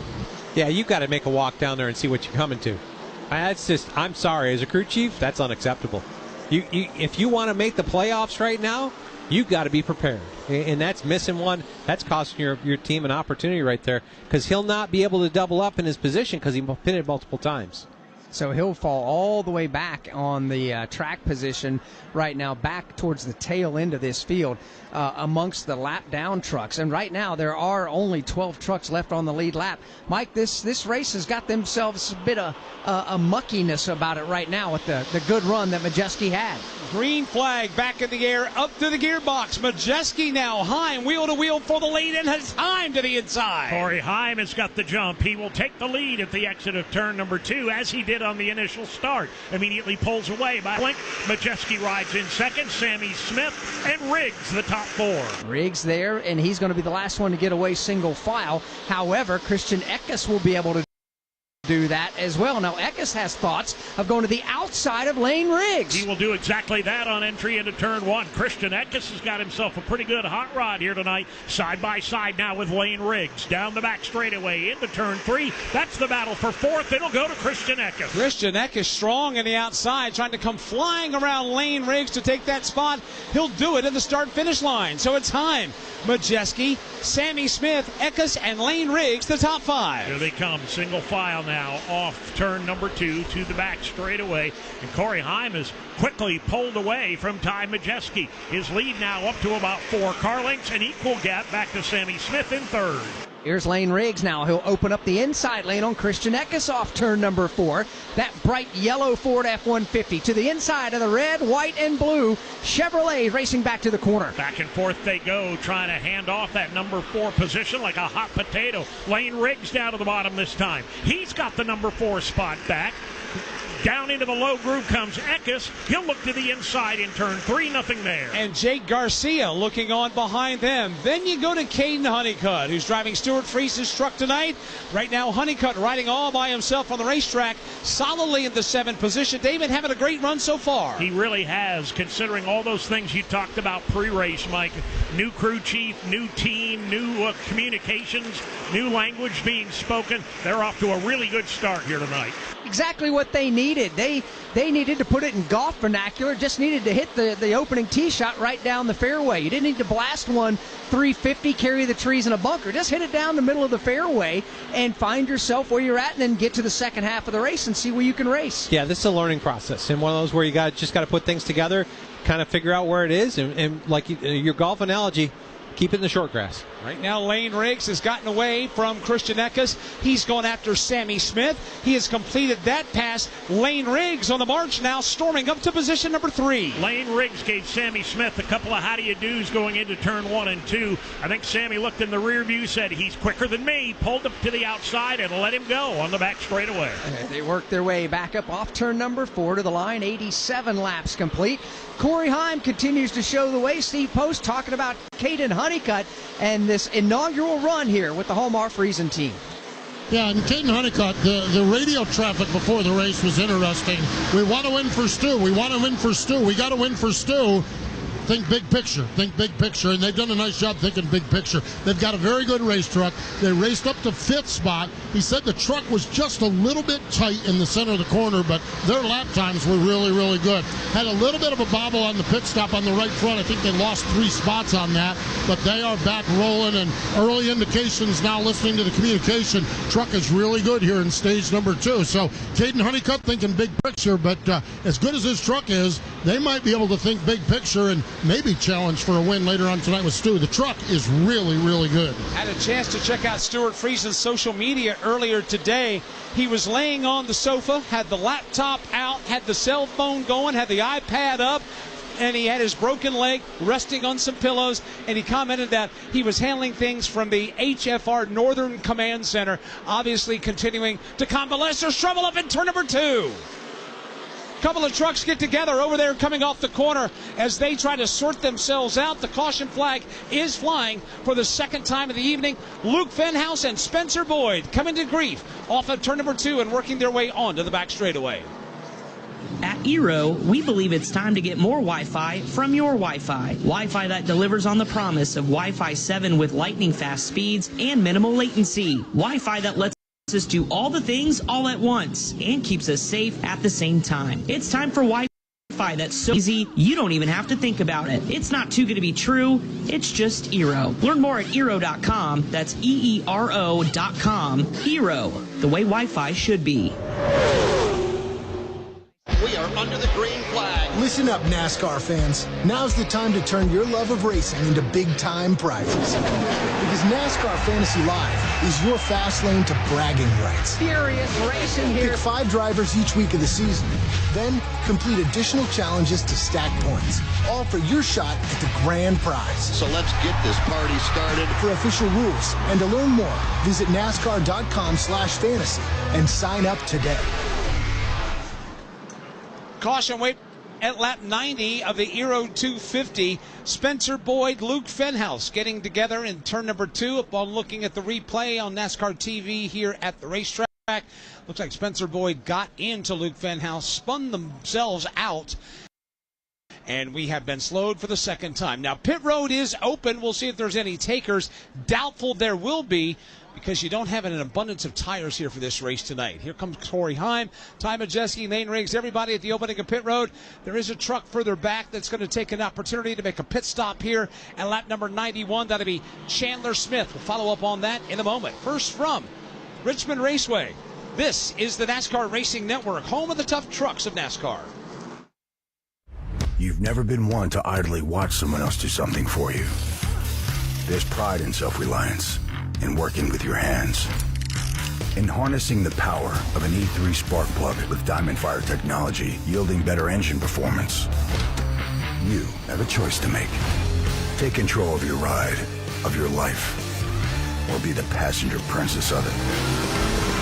Visit E3sparkplugs.com to put the power in your hands.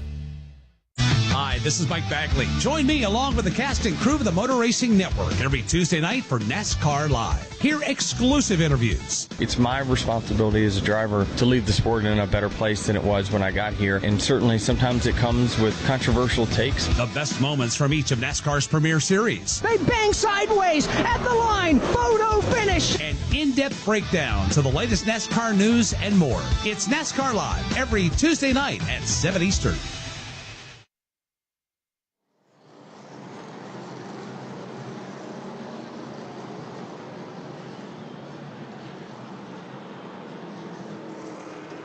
Back at Richmond Raceway, pit road was open a lap or so ago. Chandler Smith, Ben Rhodes on the pit lane. Let's recap those pit stops. Yeah, both trucks came down, Mike, for service. Ben Rhodes, 4 tires and an air pressure adjustment.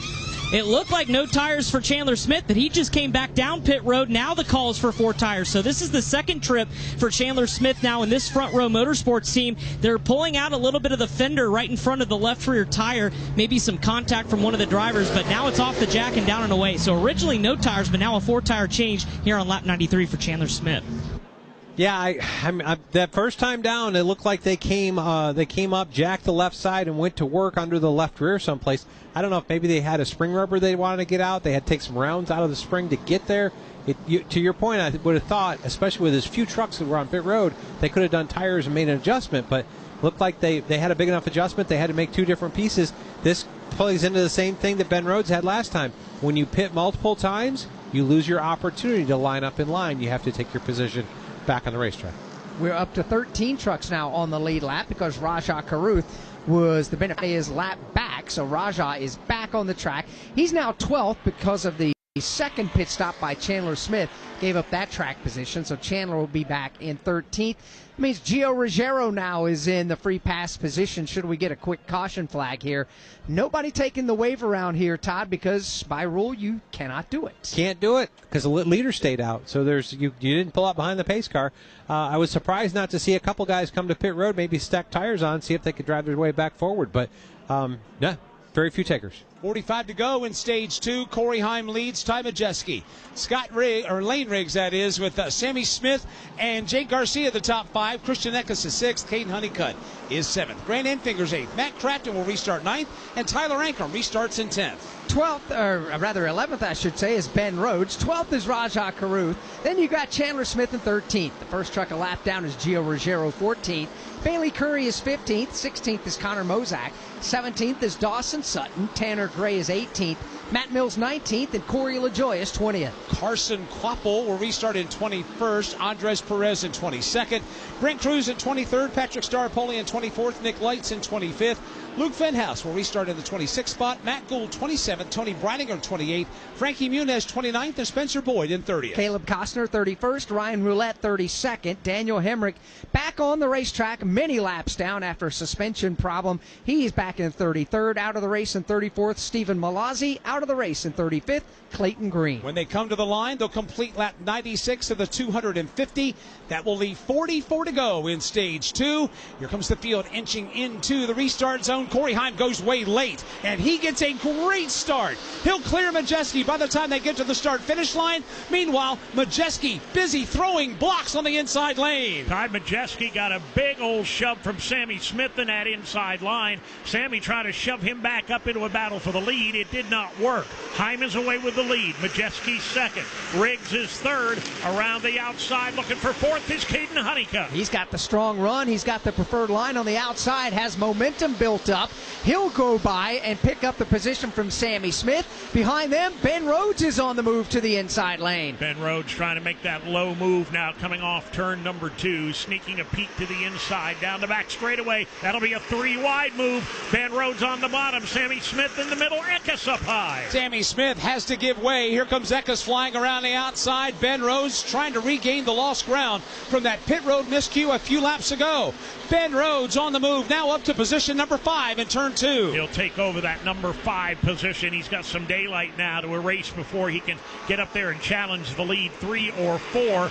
Caden Honeycutt right in front of him, then Ben Rhodes, then Christian Eckes and Sammy Smith. Sammy Smith on the outside lane, and Christian Eckes is right there trying to get by. He does so. Now Jake Garcia takes a peek to the inside of Sammy Smith. This is for position number 7. Garcia on the inside, trying to take the short way around off turn number 2. He'll down the back straightaway, a little further up. Challenge and change for 4th. Ben Rhodes makes his way under Caden Honeycutt. You make the move down to the inside of the racetrack, and Ben Rhodes is rolling right now. So it's Heim, Majeski, Riggs, Rhodes, and Honeycutt. They are the top 5 as things begin to simmer down, but a good battle shaping up further back.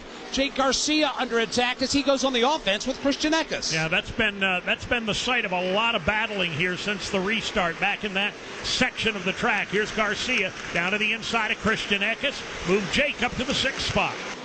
Here they come back across the line, completing lap number 101 of the scheduled 250 that make up the Aero 250 here at Richmond Raceway. 149 laps to go in the race. 39 to go here in stage number 2. And Mike, the things begin to tighten up yet again here at the top of the leaderboard. Ty Majeski getting a good look on the outside, gets a tremendous run coming out of turn number 4 across the start-finish line. Majeski changes lanes, dives to the inside of Cory Heim, wheel to wheel for the lead at lap 102. Ty Majeski down to the inside will slide up across the nose of Cory Heim, move Majeski back to the top of the heap at lap 102. Very similar to the opening stage where he dogged the tire tracks of the leader, then took it away after about 15 laps. Lane Riggs is held right in there in the number 3 position as well. He has not been able to close in by more than a truck length or so from the back bumper of Cory Heim, but Dave, they're not shaking him either. No, they're not.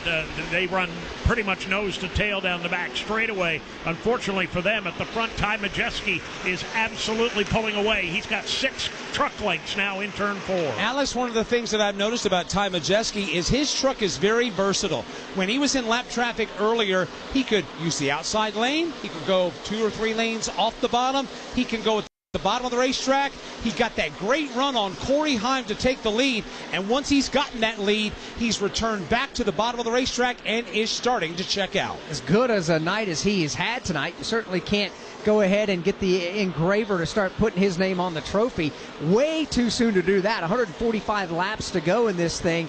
But right now, Dave, Ty Majeski's truck looks doggone near invincible. Yeah, it really does, Alex. And I'm not entirely sure whether his truck just gets better after 5 or 6 laps of green flag racing, or if Cory Heim begins to backpedal a little bit. I think it's the former, because Heim is still holding off Lane Riggs. Got some lap traffic directly ahead. The Caleb Costner truck is about 4 car lengths. Well, 3, now 2, now 1. Majeski's already caught him again. He's going to mow him down on the back straightaway. Yeah, the problem he's going to have is just not running Caleb Costner over. There is a distinct difference in pace right now between the leader and the Costner machine.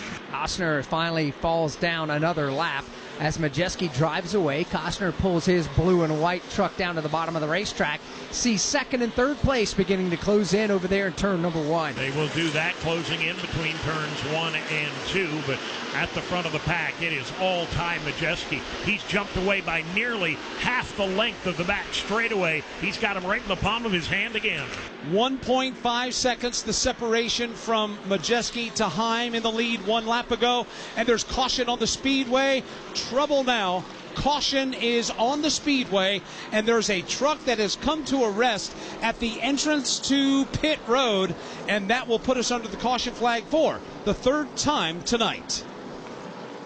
Kyle Larson brings his Chevy 4 tires Sunoco Racing Fuel. From fueling NASCAR champions on the track for over 20 years to innovating 94 octane, the highest octane on the market, performance is what Sunoco does. All Sunoco fuel at the pump meets the same top-tier standards as the fuel used in NASCAR. Here for Ryan Blaney, 4 tires with Sunoco. Track to your tank. You can trust Sunoco to help your vehicle perform at its peak.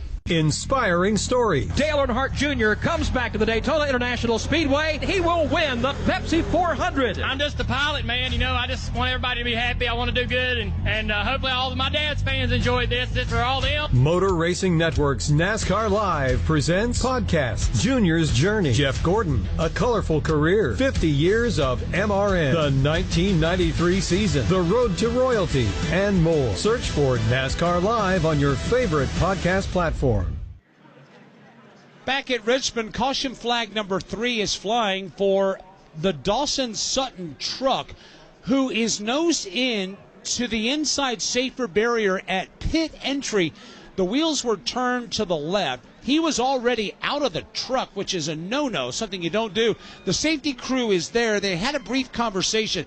They have loaded him up into the care truck. They're taking him to the care center. We're going to update there in a moment. But an odd set of circumstances, Alex, with Dawson Sutton that has put us under the caution flag. It has, with 30 laps to go here in stage number 2. Ty Majeski is the race leader from Richmond Race.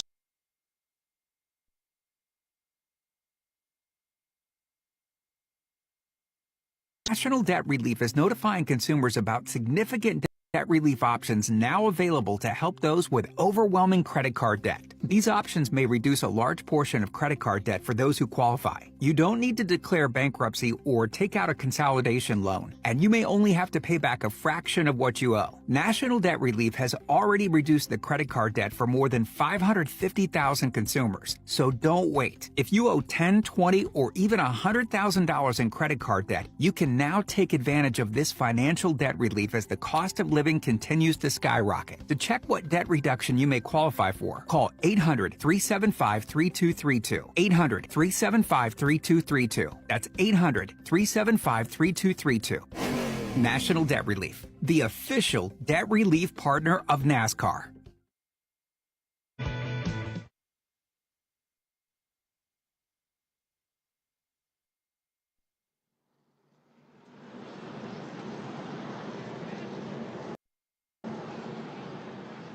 Back here at Richmond Raceway, pit lane still closed for the cleanup of the Dawson Sutton truck. And it is on the hook right now, being taken back behind the wall and back to the NASCAR Craftsman Truck Series garage. Pit road's going to stay closed. Don't forget, tomorrow, the NASCAR Cup Series will run the Cookout 400 here at Richmond Raceway. Motor Racing Network will have live flag-to-flag coverage starting at 6:30 p.m. Eastern Time with NASCAR Live Race Day tomorrow here at Richmond Raceway. It's been a big weekend of racing already. Craig Lutz picked up the win in the NASCAR Whelen Modified Tour last night, and the Virginia is for Racing Lovers 150. Earlier today, the NASCAR Cup Series had practice and pole qualifying. Ryan Preece picked up the pole, his second career Cup Series pole. And when you tune in to NASCAR Live Race Day tomorrow, we're going to go one-on-one with Austin Dillon, last year's Richmond winner. We're also going to check in with Max Reeves, Cookout Ambassador. Obviously, tomorrow night, the Cookout 400. And we'll check in with Max. He's going to stop by and join us on NASCAR Live Race Day, winning 3 times so far in the ARCA Menard Series East and the ARCA Menard Series. And plus, we'll talk with all the drivers before they lace up and get buckled in for 400 laps around the action track here at Richmond Raceway. Pit road is open. The Dawson Sutton truck has been taken back to the garage. Dawson has gone to the care center, and now pit road is open, and we've got a mix. Majeski's coming in. Cory Heim staying out. Others are staying out as well. Caden Honeycutt and others, about a handful, will make pit stops. Let's cover the Majeski stop at lap 112. Yeah, he takes his truck to the crew of the Thor Sport machine, and he came over the radio and said, I don't care about stay point. Well, I know this truck is good enough to win the race. It would be disservice if we didn't focus on winning the race. The crew has already worked around to the left side, changing Goodyear Eagles. Packing it full of Sunoco fuel. He's down and away. Steve Post. Caden Honeycutt is in. The truck just a little bit free. Going to be 4 tires Sunoco Racing Fuel on the call on that. Tyler Ankrum is in. Go around to the right side. Chassis adjustment on the Lanai Chevrolet Silverado. Now around to the left side of the truck. 4 tires Sunoco Racing Fuel for Tyler Ankrum as well. This is interesting to see this play out with Ty Majeski's speed that he's had right along. We put 4 tires on him and go back green with 25 laps to go. He may lap some more trucks. It's going to be fun to see how this works out. Now, we still don't have that many trucks on the lead lap. Only 14 trucks on the lead lap. By the way, the beneficiary of the free pass is Gio Ruggiero, so he'll get back on the lead lap as all the trucks who are a lap or more down to the race leader have the opportunity now to come into pit lane for their service. So the trucks that stayed out on the racetrack are Cory Heim, Lane Riggs, Ben Rhodes, Sammy Smith, and Matt Crafton. They are now the top 5. Chandler Smith stays out in 6th. Rajah Caruth is now back up to 7th after going a lap down earlier. Ty Majeski coming off the pit lane there in position number 8. Caden Honeycutt, Christian Eckes rounding out the top 10. Yes, Todd. And I think we need to talk about the fact that our free pass was Gio Ruggiero, who's in that kind of cut line battle with Ben Rhodes and Jake Garcia as we come forward. So back on the lead lap where he can fight forward. Meaning all 3 of those trucks right there at the cut line for the last spot again in the playoffs are all on the lead lap now. So basically that race within a race is starting to heat up as well. So once we establish the playoff field tonight, the trucks will take next weekend off while we race in Daytona with the Cup and the Xfinity cars. It's going to be a different Labor Day weekend on the Motor Racing Network than what you've been used to hearing. Normally it's the Xfinity cars and the Cup cars at Darlington for the Cookout Southern 500 race weekend. There's a new little twist in 2025. The NASCAR Xfinity Series will actually be racing at the Portland Raceway out in Oregon. It'll be the NASCAR Craftsman Truck Series. They'll open their playoff push with the Cup cars as they open up theirs. And it'll be fun to have the tough trucks of NASCAR back at Darlington Raceway. That is going to be one heck of a way to fire up the 2025 NASCAR Craftsman Truck Series playoffs. I agree, because there are so many veteran drivers in the trucks that have raced at Darlington Raceway. They understand the nuances and how you have to race that racetrack. There's also a demographic in the Truck Series this year that are young guns that have never raced at Darlington. They are in for a heck of a learning curve once we unload there at the Lady in Black. You think that this track chews up tires? Wait till you roll out for practice and qualifying and that race at Darlington Raceway. That will be an eye-opening experience for about 3/4 of this field when the playoffs begin at the legendary Darlington Raceway. By the way, if you've not made your plans to join us, spend your Labor Day weekend with us at the track Too Tough to Tame. DarlingtonRaceway.com to get your tickets. It is one of the most awesome weekends of the entire year. We go playoff racing, but yet we get to race the granddaddy of them all, the Southern 500. There's nothing like a trip to Darlington Raceway on Labor Day weekend. You're right about that. There is a jewel to be put in somebody's crown winning the Cookout Southern 500 at Darlington Raceway. So please, come on down and join us. Going to have a great weekend down there in the PD region of South Carolina. Nothing like the old PD region. Love the folks in Florence and Darlington and the surrounding area there. Right now the field is lined up double wide for the restart. Cory Heim, the race leader, will restart on the outside. Lane Riggs will restart to the inside. Pace car is on pit road. This restart going to be a very interesting one. They inch closer to the restart zone. Heim nails the gas. He's gone. He'll clear Lane Riggs. Meanwhile, Riggs is getting a huge shove from Sammy Smith. Smith. Smith is going to jam it into the inside. They're 3 wide in 1. Smith was helping for a while. Opportunity to bust a move 3 wide to the bottom. He doesn't get it completed on entry into turn number 1. Heim is away with the lead. Lane Riggs on the inside. Ben Rhodes on the outside. That's the battle for second. But Ty Majeski is lurking. He's now going to go to the inside of Chandler Smith. Ty Majeski trying to take away position number 4 as we check in at the Infield Care Center with Chris Wilner. Dawson Sutton is out of the care center and suddenly has been given his helmet and his Hans device. He may be climbing back in. Dawson, let's get a quick word as he talks to his crew, but the crew's already working on the truck behind the wall here. We'll see what Dawson has to say as he stopped his truck, and it looks like they've got a hose that looked like got disconnected. Dawson, what?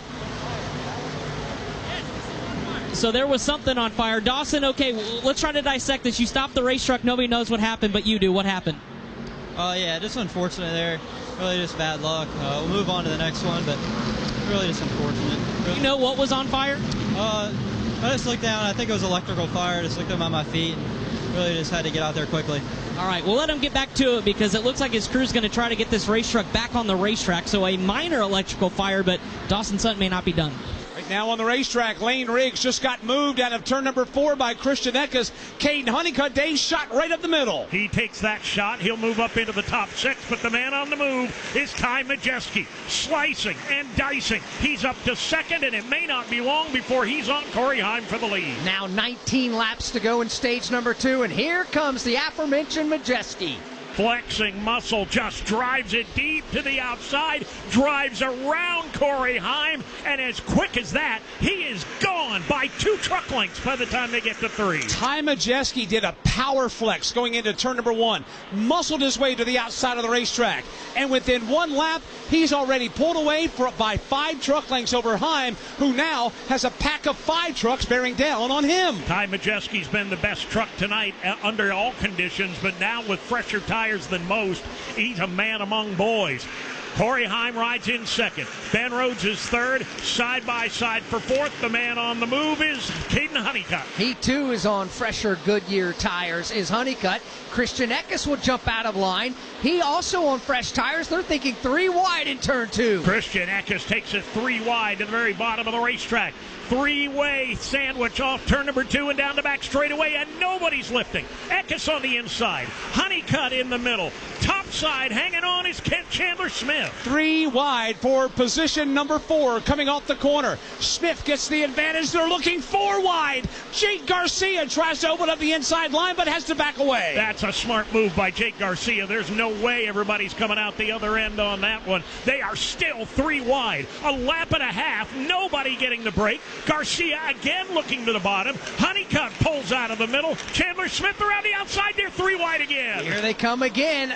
It's Christian Eckes that will get out in front of them. Now 4 wide in turn number 1. Grant Enfinger to the bottom of the racetrack. Here they come through 1 and 2. 4 wide for position in the top 5. To the inside, Grant Enfinger. He can't quite get it done. Down the back straightaway into 3. Give the advantage to Christian Eckes, then Jake Garcia. Now the dust is settled now. Christian Eckes will come out of there with the number 4 position. Behind them, Jake Garcia goes to 5th. Chandler Smith will go to 6th, and now they're side by side for 7th. Enfinger to the inside of Honeycutt. Grant Enfinger on the inside lane. Caden Honeycutt up high. That's got potential for 3 wide as well. Down the wide into turn number 3. Chandler Smith trying to hold him off high and low. Enfinger takes it down low. Enfinger will get a 2 for 1 on that one. He'll get past Caden Honeycutt. He'll get by Chandler Smith as well. This is not over yet. They're back in turn 2. Craftsman Truck Series with some spectacular racing here tonight at Richmond Raceway. At the front of the pack, it's all Ty Majeski. They've cooled their jets, or maybe just catching their breath a little bit back toward the tail end of the top 10. As they catch their breath, we catch ours. Some intense racing, Alex. 3 and 4 wide, something you don't see every time you come to Richmond Raceway. No, but that was fun and worth the price of admission here at the track. Out front, it's Ty Majeski. 11 to go in stage number 2 next time by, and there's a mess on the backstretch. They are, guess what, 3 wide again, this time with a lap truck in the middle. They make it through with no problems. Ben Rhodes, Jake Garcia, Christian Eckes in a 3-man battle. 3 wide again on the front chute. They continue to stack it up 3 wide there with Christian Eckes flying around the outside, driving for Max McAnally Hilgeman Racing. They settle that down now, and they will complete lap 129 when they come to the line. It'll be 10 laps to go in stage 2. Let's pause 10 seconds for station identification on the NASCAR Racing Network.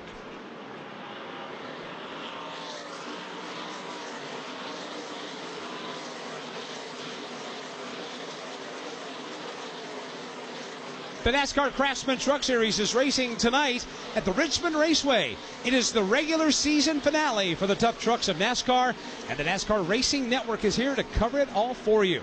Mike Bagley here alongside Alex Hayden and Todd Gordon. Dave Moody's in the corners, in the pits, in the garage tonight, and at the Care Center. Steve Post and Chris Wilner. If you just joined us, it's been the Ty Majeski Show. He's led 81 laps.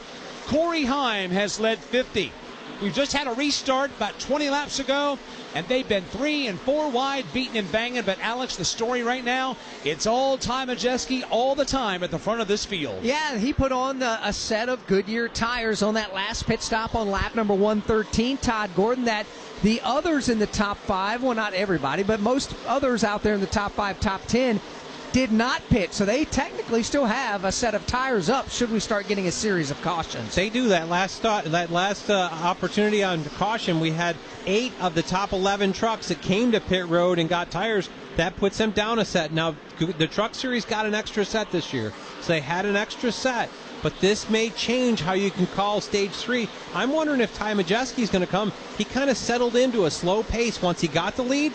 I'm wondering if they're trying to save this set of tires and maybe stay out stage break or have them as a bonus set for later in the race. Right now, Majeski's lead is 1.3 seconds over a great battle for second. Alex, coming out of turn 4. That's where Cory Heim has it, but Jake Garcia wants it. Jake now trying to race his way and be a playoff contender for the first time in his career. Looks to the inside of Cory Heim, but Heim will throw the block. Jake Garcia's got some pep in his step. He has reeled in Cory Heim from about 5 to 7 car lengths back. Again, he peeks to the inside going into 3. Puts a wheel to the inside on Cory Heim. Here comes Jake Garcia for second. Christian Eckes has a front row seat for this one. They're side by side for second. Eckes riding right behind them in 4th. Grant Enfinger rounding out the top 10, but right now all eyes are on the runner-up position. Round and round they go, inches apart, the battle for second and third position. Jake Garcia squeezes Cory Heim all the way up to the outside wall. He will take over the number 2 position. So give ThorSport first and second here with 4 laps to go in stage number 2. Ty Majeski and now Jake Garcia. Cory Heim backslides to 3rd.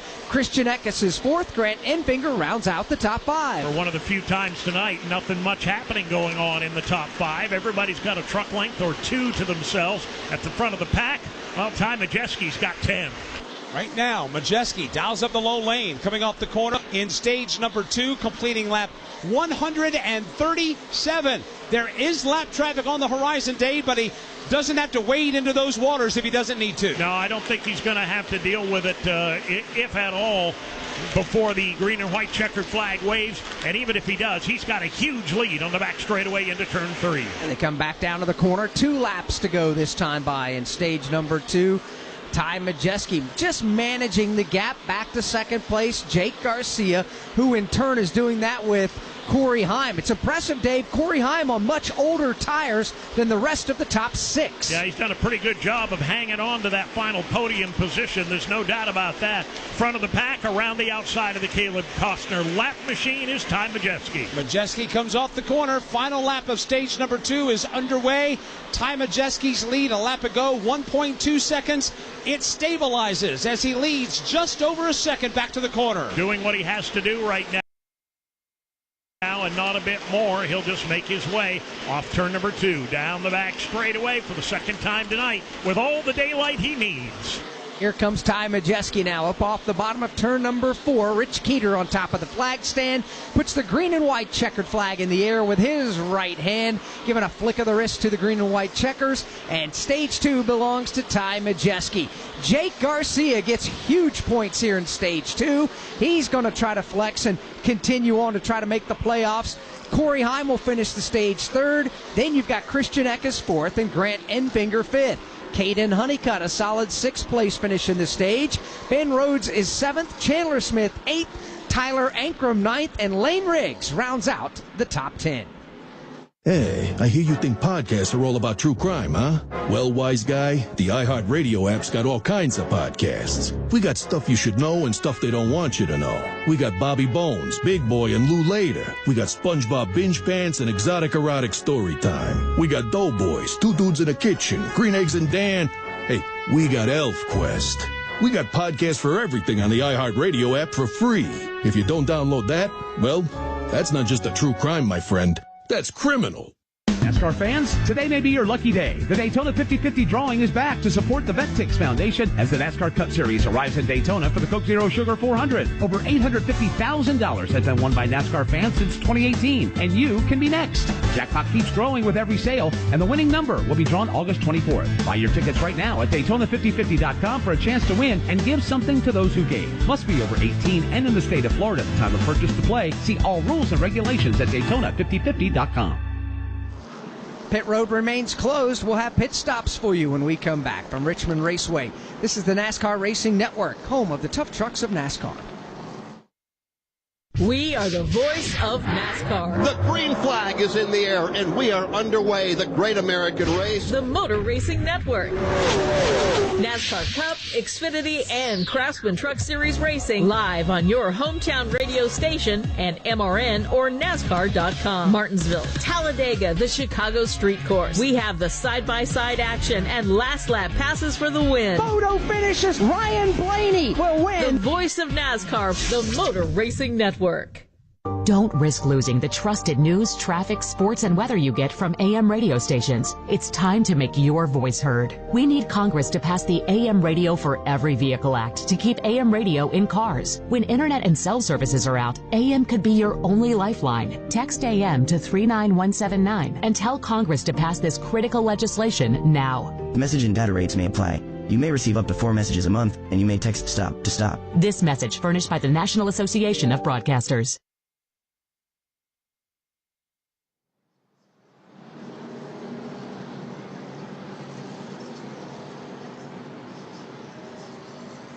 Pit lane is open. If anybody elects to come in, they can do it without penalty this time by, as the race leader, Majeski trails the pace car halfway down the back chute. We get closer to the entrance to pit road to find out. We have run 143 laps tonight. Majeski has led 93 of them. This is what we've been waiting to see all year long out of Majeski. He leads the charge onto pit road. Pit stops will happen at lap 144. Race leaders in front of Chris Wilner. What a charge for Majeski, who last pitted on lap 113. The crew already working on the right side, putting on fresh new Goodyear tires. Are going to work around to the left side. Majeski said the fire off is still a little bit on the splitter. Other than that, I'm good. They continue to work on that truck. Gio Rogero's in after getting back on the lead. Lap 4 tires and fuel. Chandler Smith left front Packer adjustment, as well as 4 tires in Sunoco fuel. Ben Rhodes is in as well, Steve Post. Down here on this end of pit road, it is Christian Eckerson, 4 tires Sunoco racing fuel, the same for Sammy Smith. Here is Caden Honeycutt, 4 tires Sunoco fuel, a little slow on the left rear on that truck. He said it was getting a little bit tight. Similar situation for Cory Heim. He said it was trending tight, but better than it was in the first run. These pit stops, lap 144, the end of stage number 2. Majeski, the first off the pit lane. Cory Heim comes off in second with Caden Honeycutt, Grant Enfinger, and Ben Rhodes behind him. DIYers, ever start a project thinking this'll be quick, only for it to be anything but? We've all been there, and that's why you need Craftsman, DIYers' most trusted brand. Craftsman's V20 battery works across drills, saws, trimmers, mowers, and over 100 other products from the house to the backyard and beyond. No dead stops, no refuels, just grab, swap, and get it done. Because your project might fight back, but your tools shouldn't. Head to Craftsman.com to learn more. Craftsman, build on. Now this is how you end a summer. Under the lights, surrounded by history, the driver's last shot at the playoffs, your last chance to see regular season action. Friday night, Xfinity lights the fuse. Saturday night, the Cup Series delivers the fireworks. This is Daytona. This is everything. NASCAR weekend at Daytona International Speedway, August 22nd and 23rd. Get your tickets now at DaytonaInternationalSpeedway.com. At Eero, they believe it's time to get more Wi-Fi from your Wi-Fi. Introducing Eero Pro 7, bringing you Wi-Fi at the speed of life, and Eero 7, your entry into Wi-Fi 7. Discover their newest generation of routers on eero.com. That's EERO.com. From Richmond Raceway, this is the NASCAR Racing Network, home of the tough trucks of NASCAR. Every time the siren sounds or lights flash, someone's life is on the line. At Whelen Engineering, we know first responders carry that weight every day. That's why for over 70 years, we've led the emergency warning industry, designing and manufacturing the lights, sirens, and safety systems they trust right here in America. Because when the mission is critical, there's no room for second best. Whelen Engineering, trusted to protect first responders. Hi folks, Kyle Petty here. Victory Junction is celebrating 20 incredible years of camp for children with serious medical conditions. As we look ahead, we're gearing up for even more unforgettable experiences. Victory Junction provides joy year-round. Whether you know a child who would benefit from coming to a camp or you're looking to make a difference as a volunteer or staff member, Victory Junction is for you. Discover how you can get involved at victoryjunction.org.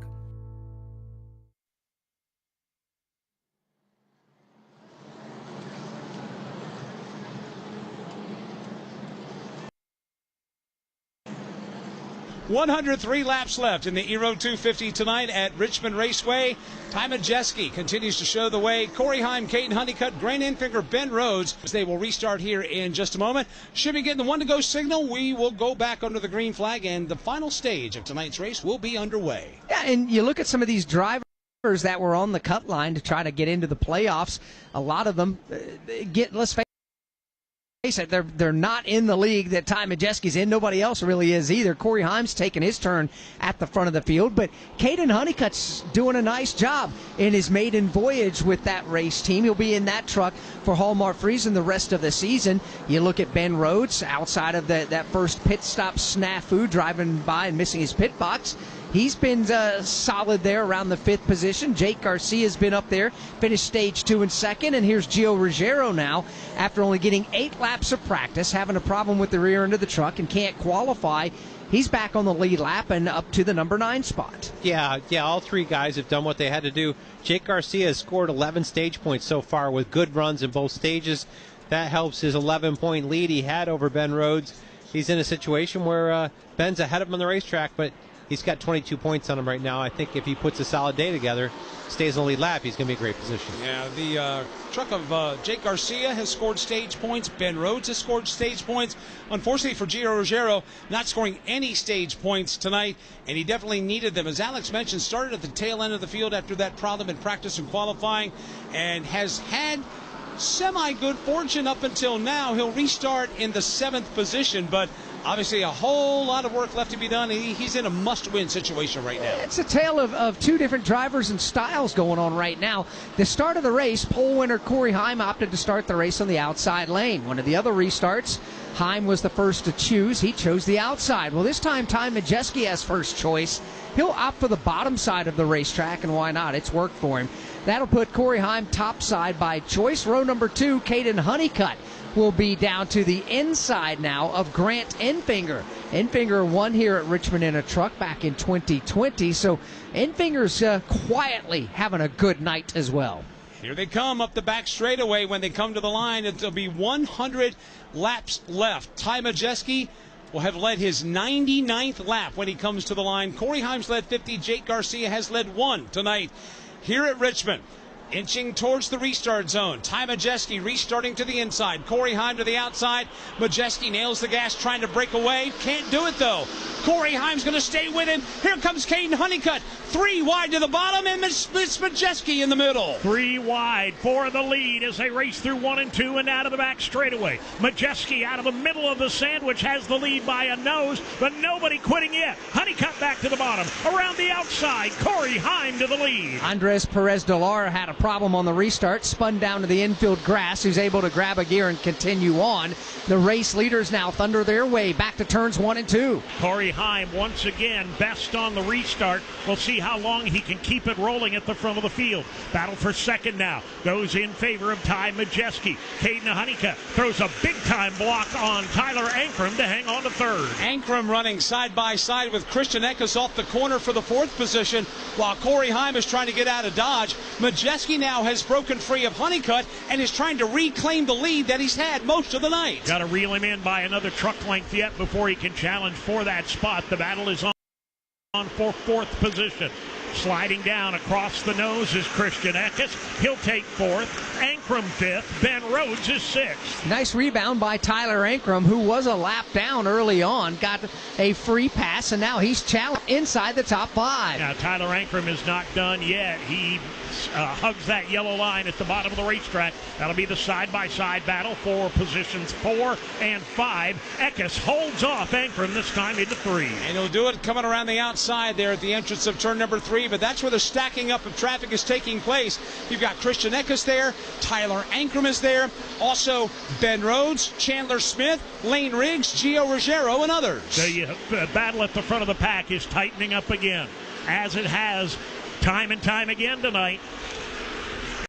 To the outside, here comes Ty Majeski. He's running that higher line, trying to find the momentum. Cory Heim trying to play defense, taking the bottom side of the way, but I don't think Ty Majeski cares. His truck is strong on the outside lane, and the challenge is on again. It takes him about 5 laps after the restart to bring up to full song, and this time he just does it again. Drives around the outside of Cory Heim. No contest, and quickly away by a truck length. Here they come off the corner. Andres Perez directly ahead of Ty Majeski. Lap 156 goes on the board. Majeski has reclaimed the lead. He's pulled away now by 2 truck lengths over the Heim truck. And he'll go to the outside of Andres Perez de Lara at the exit of turn number 2. Will bypass him on the back straightaway. Cory Heim now will try and do the same, as again, Majeski pulling away, make it 5 truck lengths. Cory Heim just trying to stay with him, Steve Post, but having his troubles doing that. You know, and Dave Moody made a great observation. It takes about 5 laps for Ty Majeski to get out wound up and able to get to run Cory Heim. Cory's complaint, talking to Scott Zipadelli, about lap 5 into a run to lap 20 into a run. He has got nothing for Ty Majeski. After we get to lap 20, he feels like they're pretty close. They're not quite as good. They're good on the first 5 laps, but it's this window we're in right now where we've seen Ty Majeski take the lead that Cory Heim just does not stack up against Ty Majeski well during this portion, this 15-lap portion of the race. And the challenge, though, with that lap 5 to 20, where Cory Heim's trying to get his affairs in order, Majeski is pulled away by 2, 3, 4, 5 seconds at times. So when that Heim truck comes to life, Alex, it's too much, too little, too late. Yeah, and that's just kind of the way the setup is, and the fact that the truck up front, Ty Majeski, is just that good. As Dave pointed out, after about 5 green flag laps, it just kind of hooks up and comes to life. Todd, why is that? How do trucks not fire off all that well, but suddenly just come to life? There's several ways it could be, but one of the things it could be that the front's low and the truck's on the splitter when the tires are low air pressure, because the tires squish more, and that makes it where the front end loses a little bit of grip. It won't turn around the corner the way you really want it to. As the pressures come up in the front tires, they kind of get a little taller. It takes the pressure off that splitter, and then you're in a really good position. Maybe the truck that was turning earlier, now his splitter's even higher, takes some downforce off of him. So some of that can be just dictated by how the tire pressure grows and how much load the front splitter's got on it. Good battle shaping up further back in the field, watching the race for the number 5 position. Right now, Dave, Tyler Ankrum has it, but Lane Riggs is going to work. Yeah, Riggs is all over his back bumper now. He's going to take a look to the outside as they exit turn number 2. Now it'll be side by side down the back straightaway into 3. Ankrum down low, Riggs up high.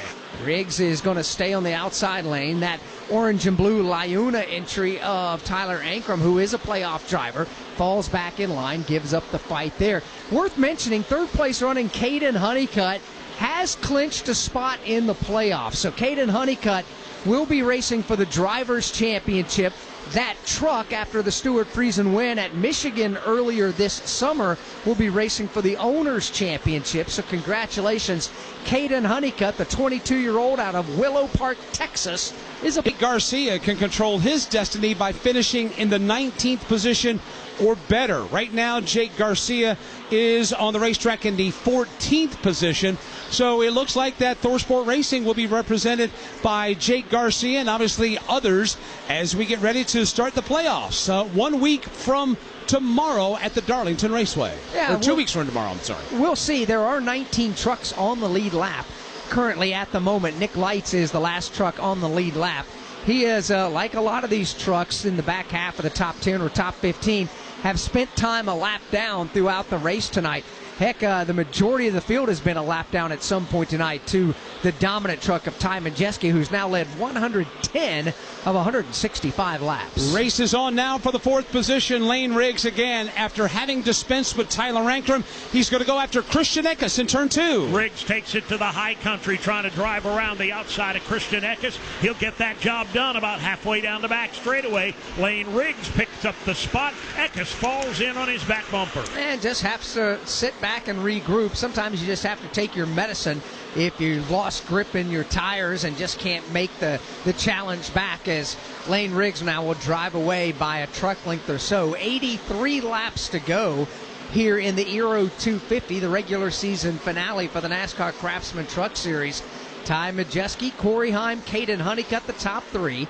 Lane Riggs now up to 4th and Christian Eckes 5th. Rest of the top 10, we'll see Tyler Ankrum 6th. Chandler Smith is 7th. 8th is Ben Rhodes. 9th is Matt Crafton. And 10th is Rajah Caruth. If you're 55 or older and into that whole saving money thing, T-Mobile has an exclusive phone and internet bundle just for you. Right now, get 2 unlimited phone lines plus 5G home internet for just $30 each per month with autopay, plus taxes and fees. And with 5G home internet, setup is easy with just 1 cord and no technician needed, which is great if you're also into that whole keeping it simple thing. Switch now and experience the best mobile network in the U.S. Visit your local store to start saving. T-Mobile, it's better over here. Based on analysis by Ookla Speed Test Intelligence data Q4 2024 to Q1 2025. Ookla trademarks used under license. Unlimited on our network. Customers on voice plan may notice speeds lower than other customers and further reduction if using more than 50 gigs a month due to data prioritization. Video streams and SD on this plan. Home internet pricing after $20 in monthly bill credit plus $5 per line without autopay. Debit or bank account required. See 5G device coverage and access details at T-Mobile.com. No change at the front of the field. It's still Ty Majeski, but the battle for 6th continues to be a good one. Tyler Ankrum and Chandler Smith racing hard for 6th and 7th. 80 laps to go from Richmond Raceway. This is the NASCAR Racing Network, home of the tough trucks of NASCAR. You've never been one to idly watch someone else do something for you. Take control of your ride, of your life, or be the passenger princess of it. Visit e3sparkplugs.com to put the power in your hands. Do you have $10,000 or more in credit card debt? Are you barely getting by making minimum payments? With credit card debt reaching all-time highs, National Debt Relief is letting everyone know about great debt relief options now available to help people with overwhelming credit card debt. These options may reduce a large portion of your credit card debt. Get a free debt relief consultation when you call 800-212-2828. 800-212-2828. That's 800-212-2828.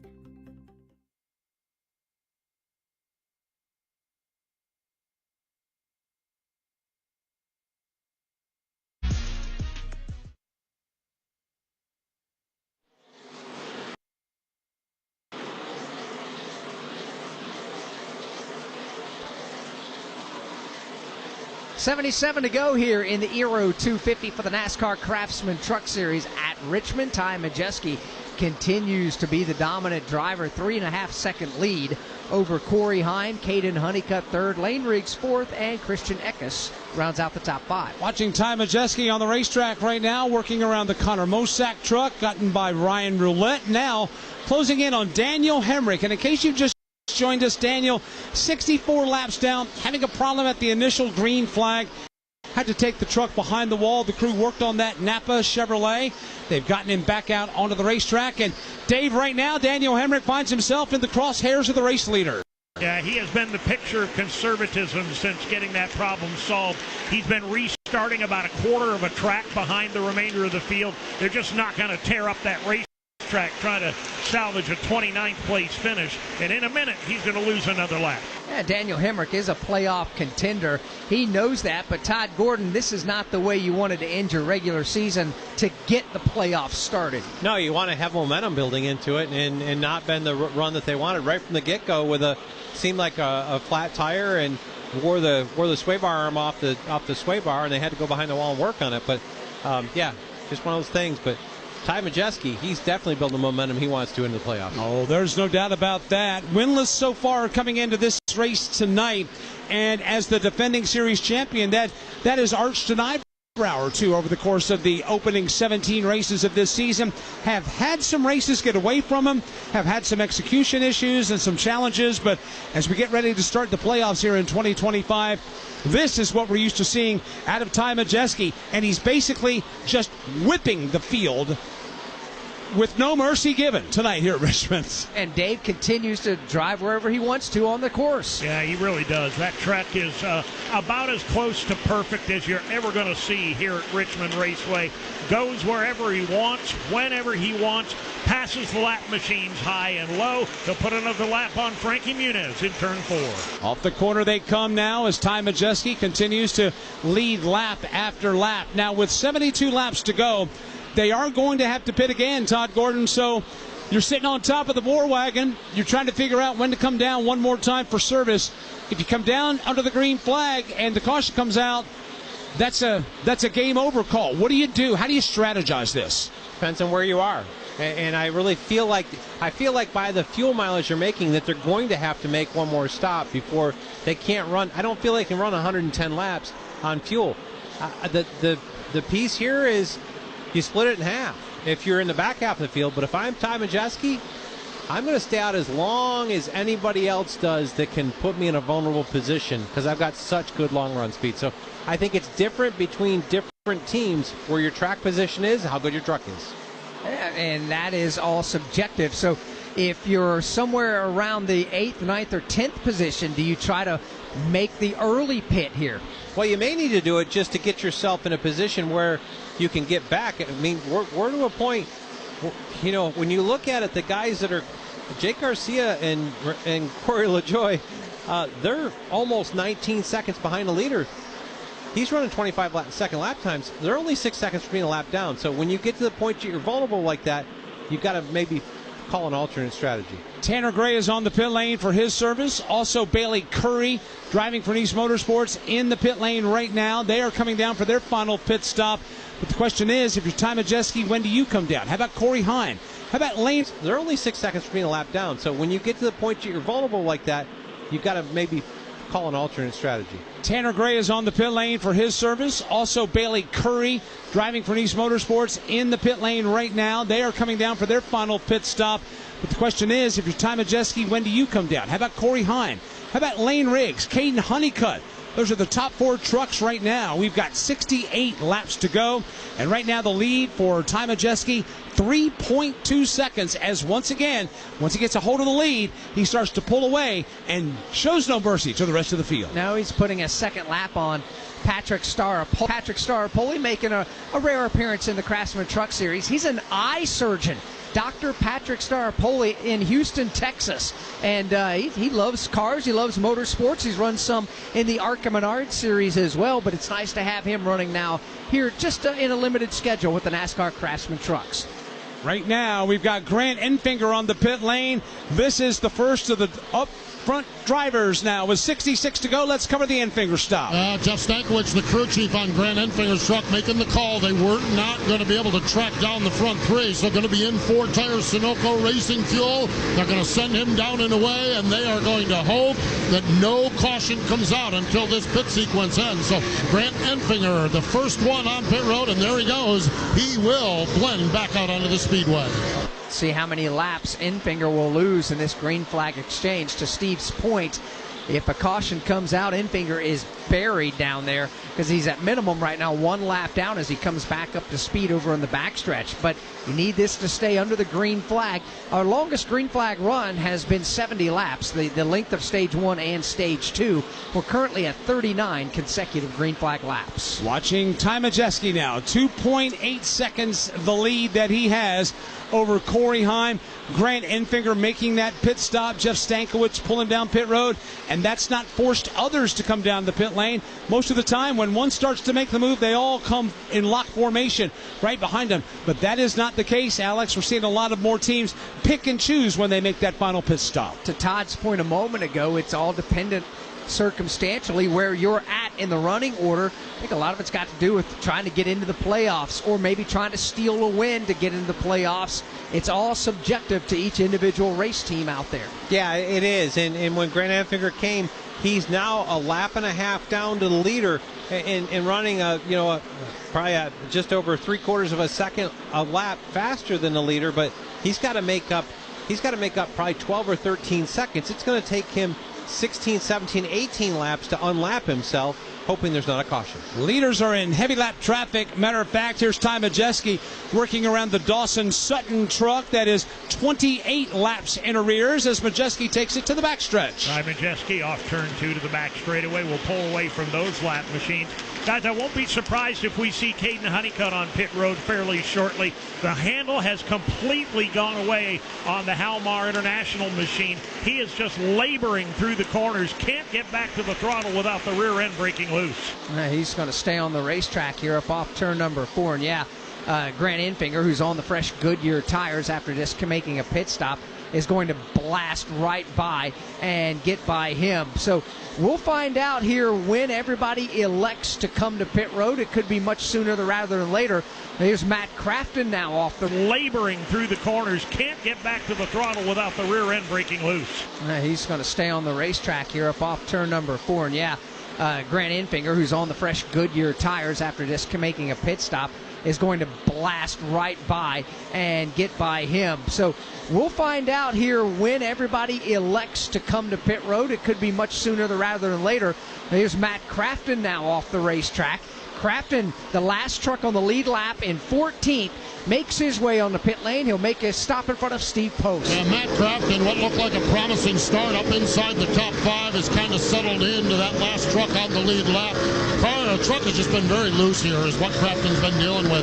Right side work with a chassis adjustment on the Menards colored Ford F-150. Now around to the left side. So 4 tires, Sunoco Racing Fuel, lap 192 from Matt Crafton, and actually going to take a little tape off the grill as well. So Matt Crafton will make his pit stop and will lose 1 lap, may lose a second. We talked about Grant Enfinger and the pit stop that he made a moment ago. He's now fallen 2 laps down. He is in the 21st position. And when you look at the trucks that are on the lead lap, Alex, we have 13 of them. They are separated by 22 seconds with Corey LaJoie, the last truck on the lead lap. And he is in jeopardy of going a lap down because the race leader is rapidly closing in on his tailgate, Todd.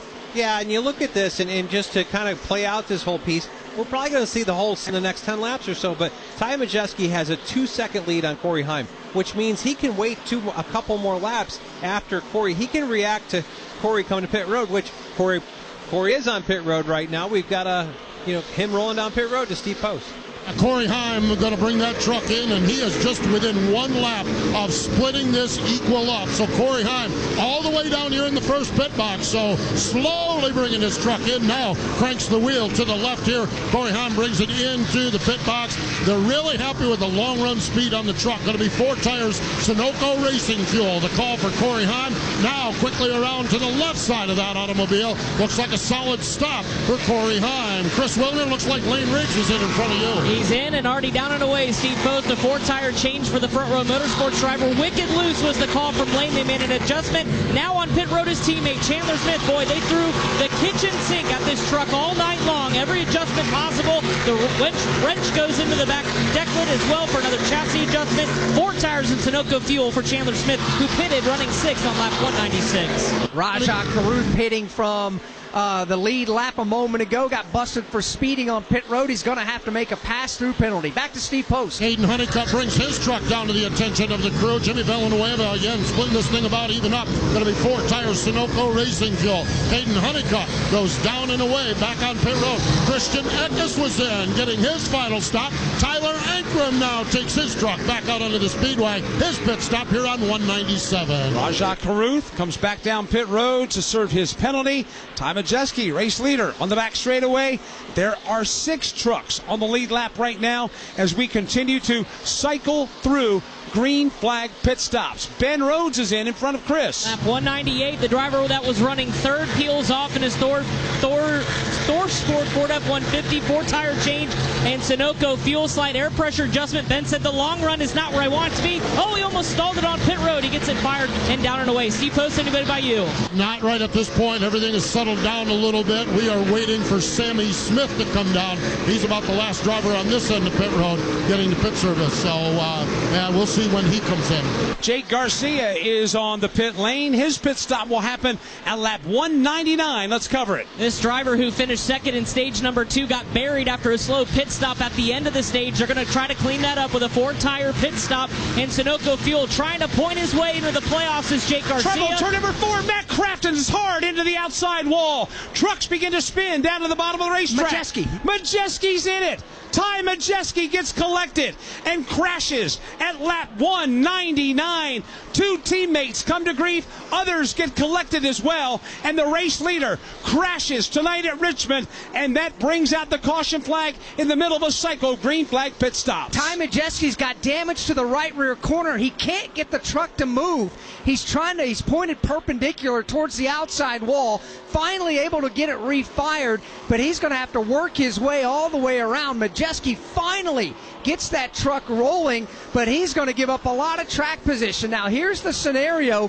There were only 6 trucks left on the lead lap when all this happened in turn number 3 when Matt Crafton and his teammate, then race leader Ty Majeski, got together.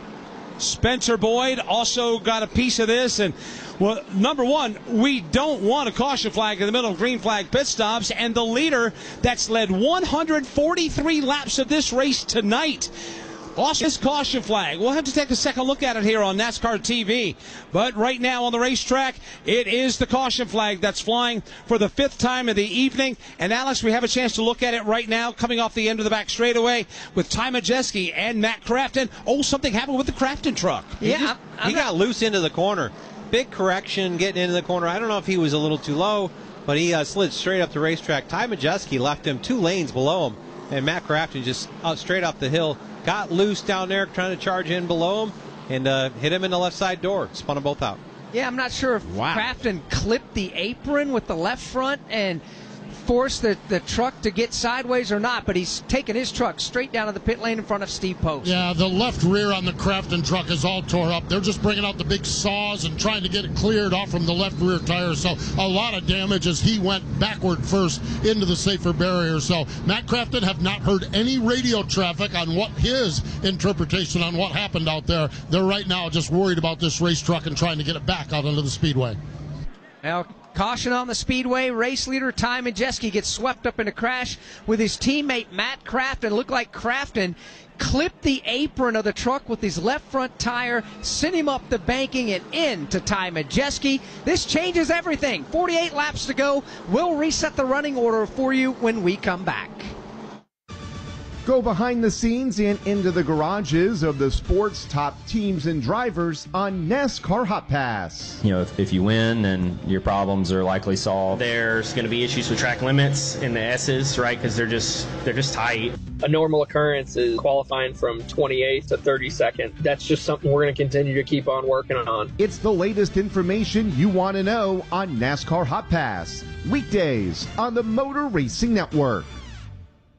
NASCAR history. What I learned from Ken Squire, Barney Hall, and Ned Jarrett, I could never repay. Ken never told me what to say or what not to say. I learned very quickly that I was never going to be another Ken Squire. I don't think anybody could rise to that level. Motor Racing Network's NASCAR Live presents podcasts 50 years of MRN. Jeff Gordon, A Colorful Career, the 1993 season, Junior's Journey, and more. Search for NASCAR Live on your favorite podcast platform.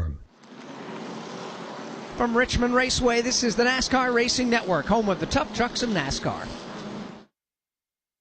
Are you ready for sights, sounds, and speed that'll shake you to your core? To see NASCAR stars like Ryan Blaney, Chase Elliott, Bubba Wallace, Denny Hamlin, and Ross Chastain attack the asphalt? Are you ready to make memories that'll last a lifetime? Yeah? You're ready. Then we got one more question. What are you waiting for? To experience the thrill of a NASCAR race in person, visit NASCAR.com/tickets. Hi, I'm Kyle Petty, and I want to tell you about a place that's near and dear to my heart.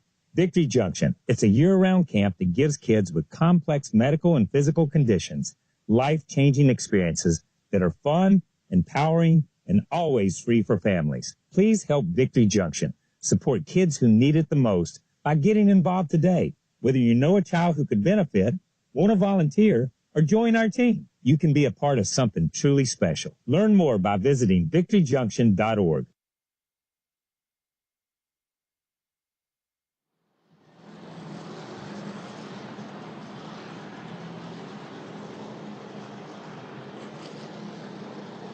Back here at Richmond Raceway, we saw some multiple angles where Matt Crafton clipped the apron with his left front, went up the banking and caught Ty Majeski. However, there is fluid down on the racetrack as well on the back stretch heading into turn number 3 right at the bottom of the track. Now, there's been radio reports that said, hey, there was oil all over the racetrack and everybody was slipping and sliding. There's some kind of fluid on the track, Todd, because there's been an army of vehicles out there putting a lot of speedy dry down on the racetrack.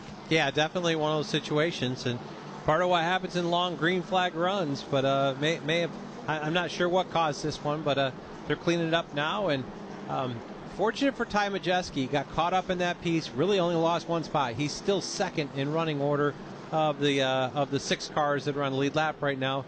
We'll see where they get to. Joe Shear's got to make the call to take his last set of tires here.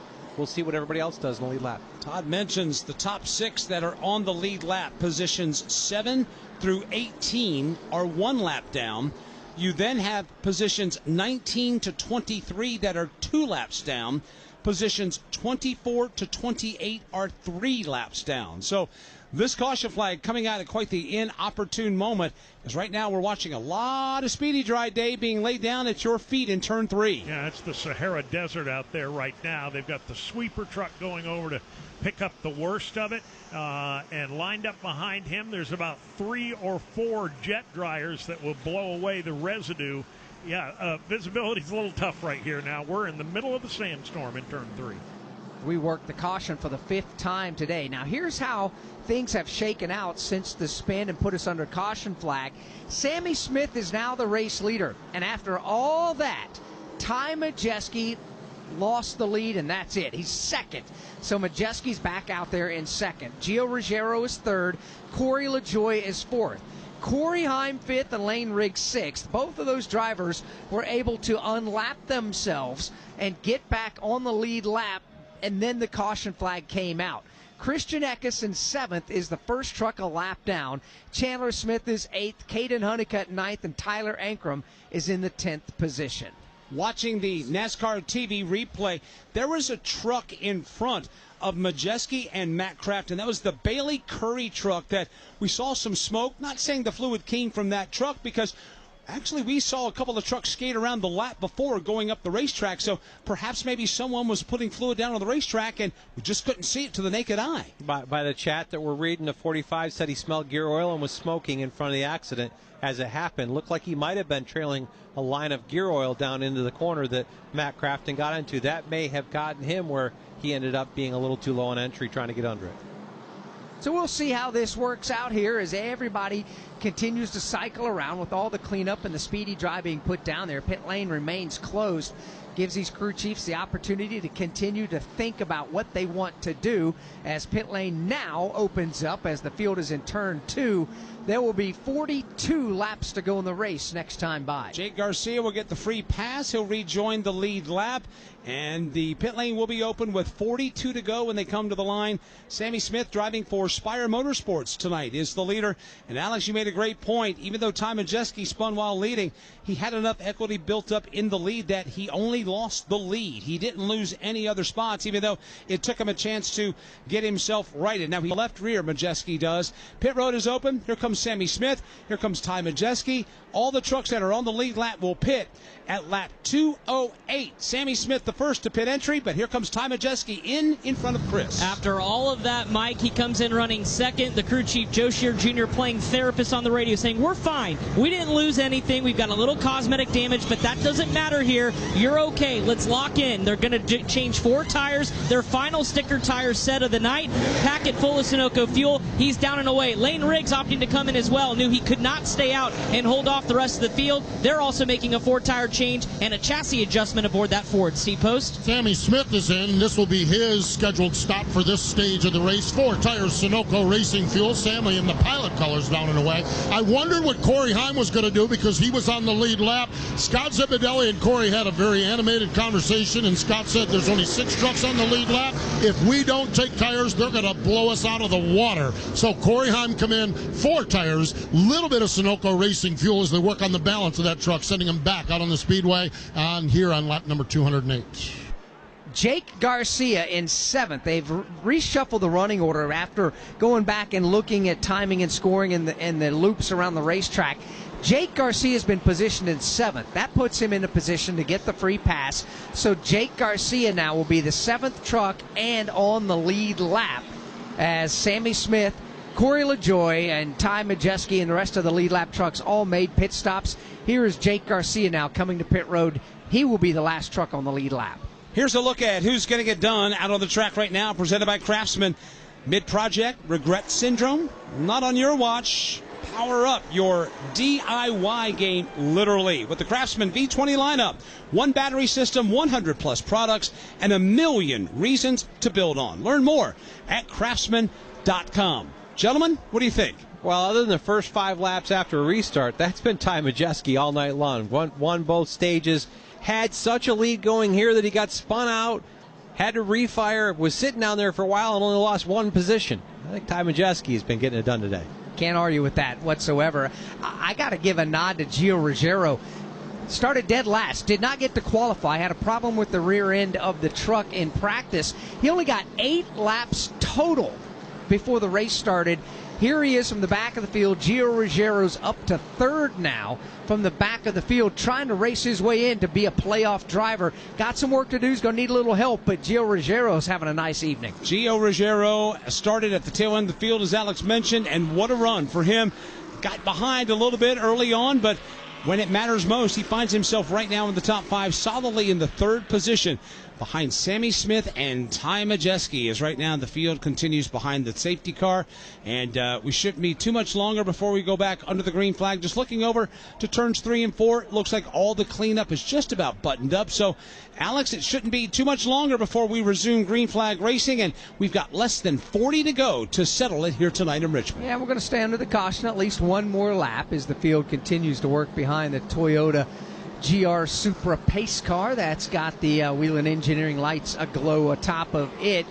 It's just shaping up to be a heck of a finish here. This restart should be entertaining. Then you got to factor in, if we go another 20 laps and get another caution flag, Ty Majeski's out of brand new tires in the pits, whereas everybody else has another set down there at the front of the field. I was just looking down at Sammy Smith's pit stall. They've got a set of stickers laying there in case they need them.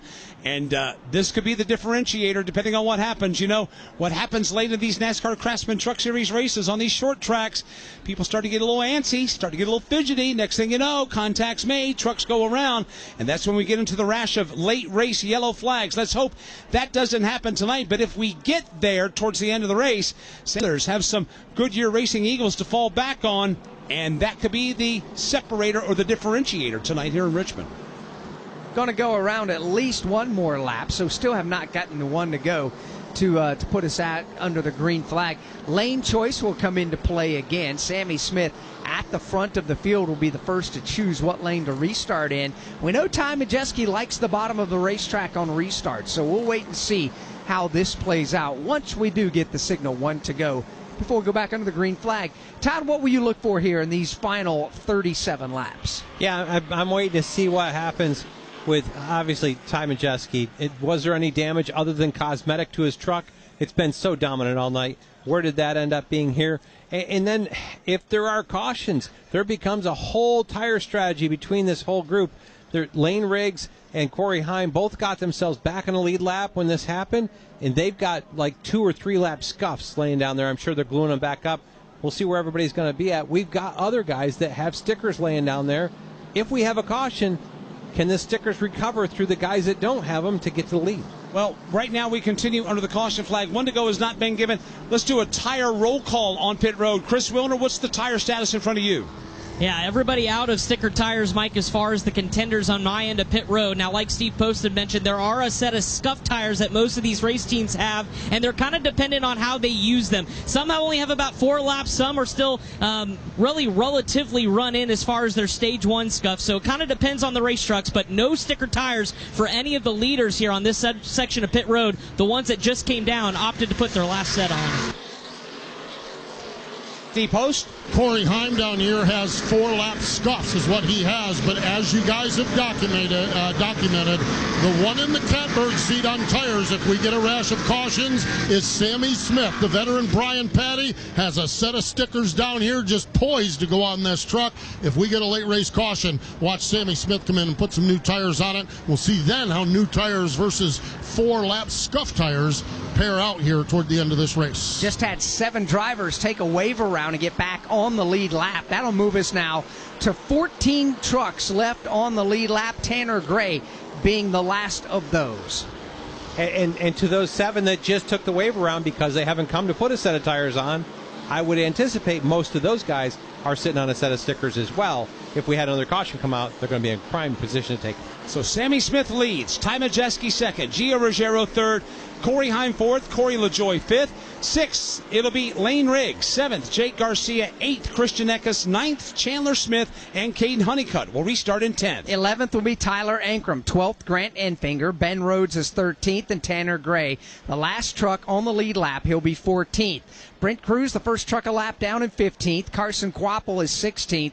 Matt Mills, 17th. Rajah Caruth, 18th. Bailey Curry and Tony Breidinger round out the top 20. Time to unlace the gloves. Here they come out of turn number 4. Green flag set to fly. 35 laps to go here tonight in Richmond. Sammy Smith, the control truck on the outside. Ty Majeski restarting to his left elbow downstairs.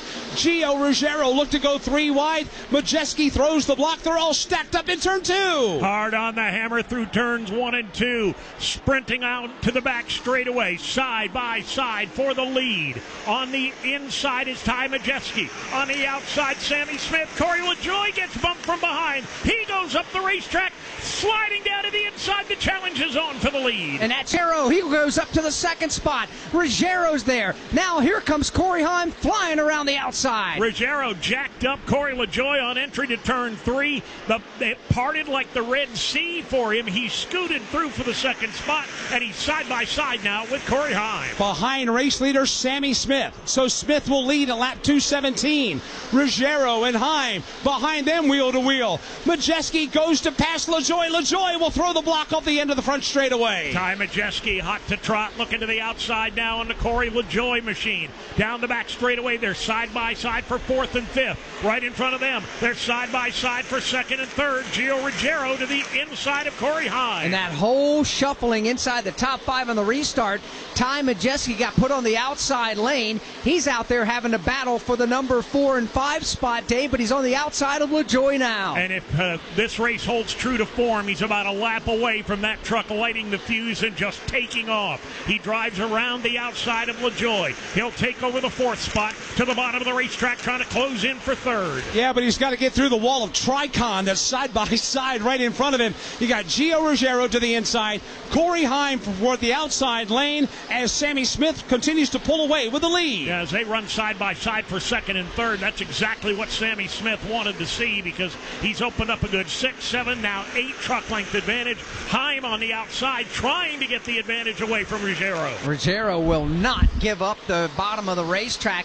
Quite the stubborn challenger now to the left elbow of Cory Heim. Still wheel to wheel for the 2nd spot. Spectacular battle, 4 or 5 laps in a row now, side by side, inches apart for the 2nd and 3rd position. Best news that Sammy Smith could have, and right behind the two of them now, Ty Majeski just wants some verdict so he can find some room. Ty Majeski either doesn't have the truck right now to get close enough to make that pass, or he's exercising great restraint with 29 to go. 29 laps remaining, and he needs to find a way around that log jam in front of him, running side by side still for 2nd and 3rd. Cory Heim on the outside of Gio Ruggiero. That's a great race for the 2nd spot. Ty Majeski getting antsy as race leader Sammy Smith continues to pull away. They make their way back into turn number 1. Majeski is right there, and it's only a matter of time before he tries to find a 3-wide move. Now they finally settle it in front of him. Around the outside, Cory Heim gets to 2nd, and instantly Majeski takes 3rd away. Off the corner, Ty Majeski inside of Gio Ruggiero. Now Majeski's quest to the front will continue.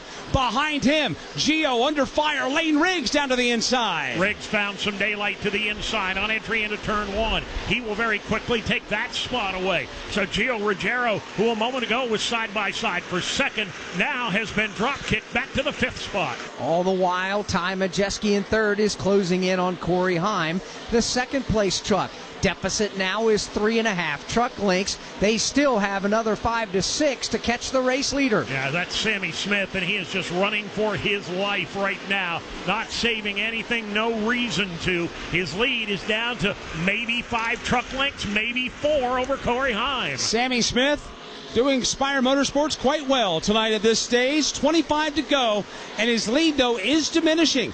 It's down to 4 truck lengths as everybody will swing to the outside to bypass lap traffic. Lap machines give way on the bottom of the racetrack. Sammy Smith's lead now down to 2, maybe 3 truck lengths. An equal gap back to the 3rd place machine of Majeski. Riggs another 2 truck lengths back. Yeah, Lane Riggs has run down this lead trio here. So give 4 trucks now essentially battling for the top spot. There is a lap truck right in front of them that goes to the outside lane. Will not be a factor. Here they come off turn number 2. Jarrows to go to victory lane are gone with the wind here in a big hurry. He is backed up now, half the length of the back straightaway, and he's fallen into the clutches of Corey LaJoie. So with 23 laps to go, it is Jake Garcia, 21 points above the cut line.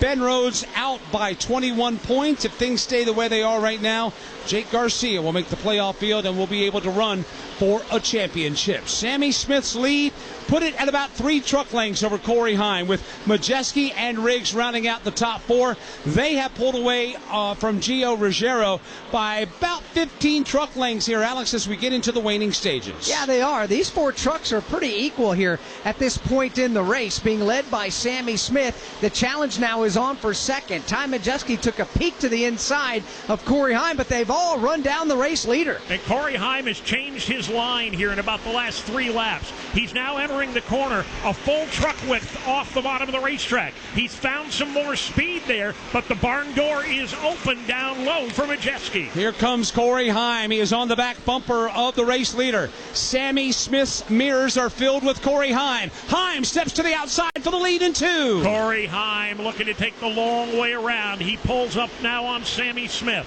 Side by side, down the back straightaway into 3. Smith by half a truck length. There'll be 20 laps to go, this time by beginning to close in on another truck towards the back of the field that will come into play. Tony Breidinger's green truck is there, side by side for the race lead, just behind her. They are side by side behind Breidinger, and she's going to have to pick a lane, either high or low. May not matter. It's going to be over before they get to her. Cory Heim around the outside. He's your new leader, lap 230. Cory Heim off the corner will resume as race leader. It's his 56th lap at the front of the field. He's pulled away from Sammy Smith by 2 truck lengths and will leave Smith to deal with Majeski and Riggs. And now it's time for Ty Majeski and Lane Riggs to show if they've got anything left here at the end of this race. Majeski sneaks a peek down the back straightaway to the inside. He looks outside going into turn number 3. Got a little bit loose on entry. Smith runs him up the banking. And Lane Riggs is right there watching, side by side for the second spot,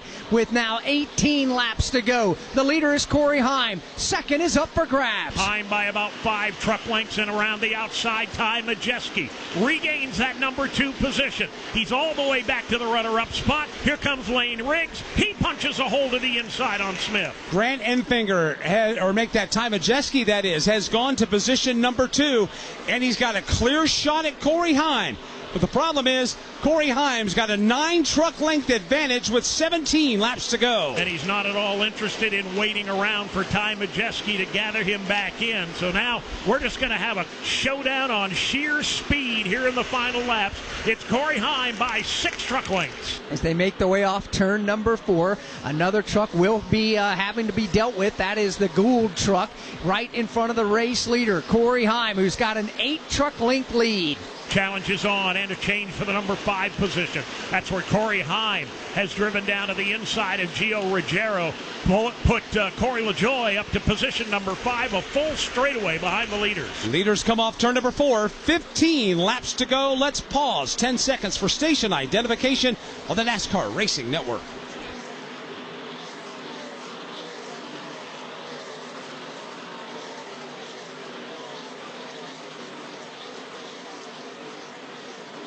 $15 laps to go in the Aero 250 for the NASCAR Craftsman Truck Series Motor Racing Network with the tough trucks of NASCAR at Richmond Raceway in the regular season finale. Mike Bagley, Alex Hayden, Todd Gordon with you topside. Dave Moody's in the corners. Steve Post and Chris Wilner are in the pits and in the garage areas. It's been quite an interesting night here, a night of dominance for Ty Majeski. 3 laps.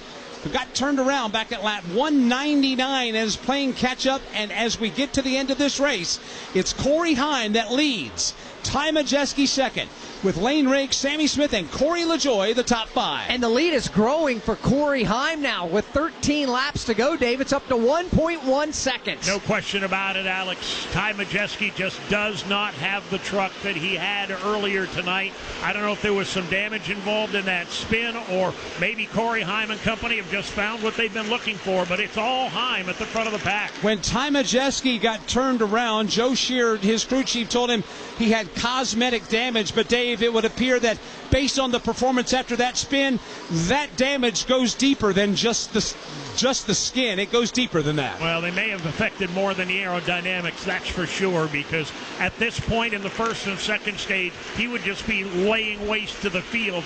Now he can keep pace with Heim, but that's about it. Yeah, Cory Heim, and they have gotten their truck much better than what it was earlier. The long run speed is now consistent with Cory Heim. With 11 laps to go, he is in some lap traffic, however. He'll make his way off turn 2 to the back straightaway. The Daniel Hemrick machine just entering turn number 3. Right in front of him, next to be dealt with, will be the Bailey Curry truck. 10 laps to go, and the lead is 1 second for Cory Heim over Ty Majeski, with Riggs, Smith, LaJoie the top 5. Gio Ruggiero, after starting last, is running 6th.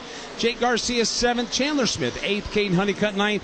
And Ben Rhodes rounds out the top 10. You know, watching the dominance of Ty Majeski, Alex, early on, and watching him just basically try to do everything he can to get back to the front, we all thought early on that the night belonged to Ty Majeski, but what an interesting set of circumstances has led us to the point to where Cory Heim now bubbles up to the surface and is looking for his 7th win of the season, but his first win of the year on a short track. But this is the 5th time for Ty Majeski to win both stage 1 and 2.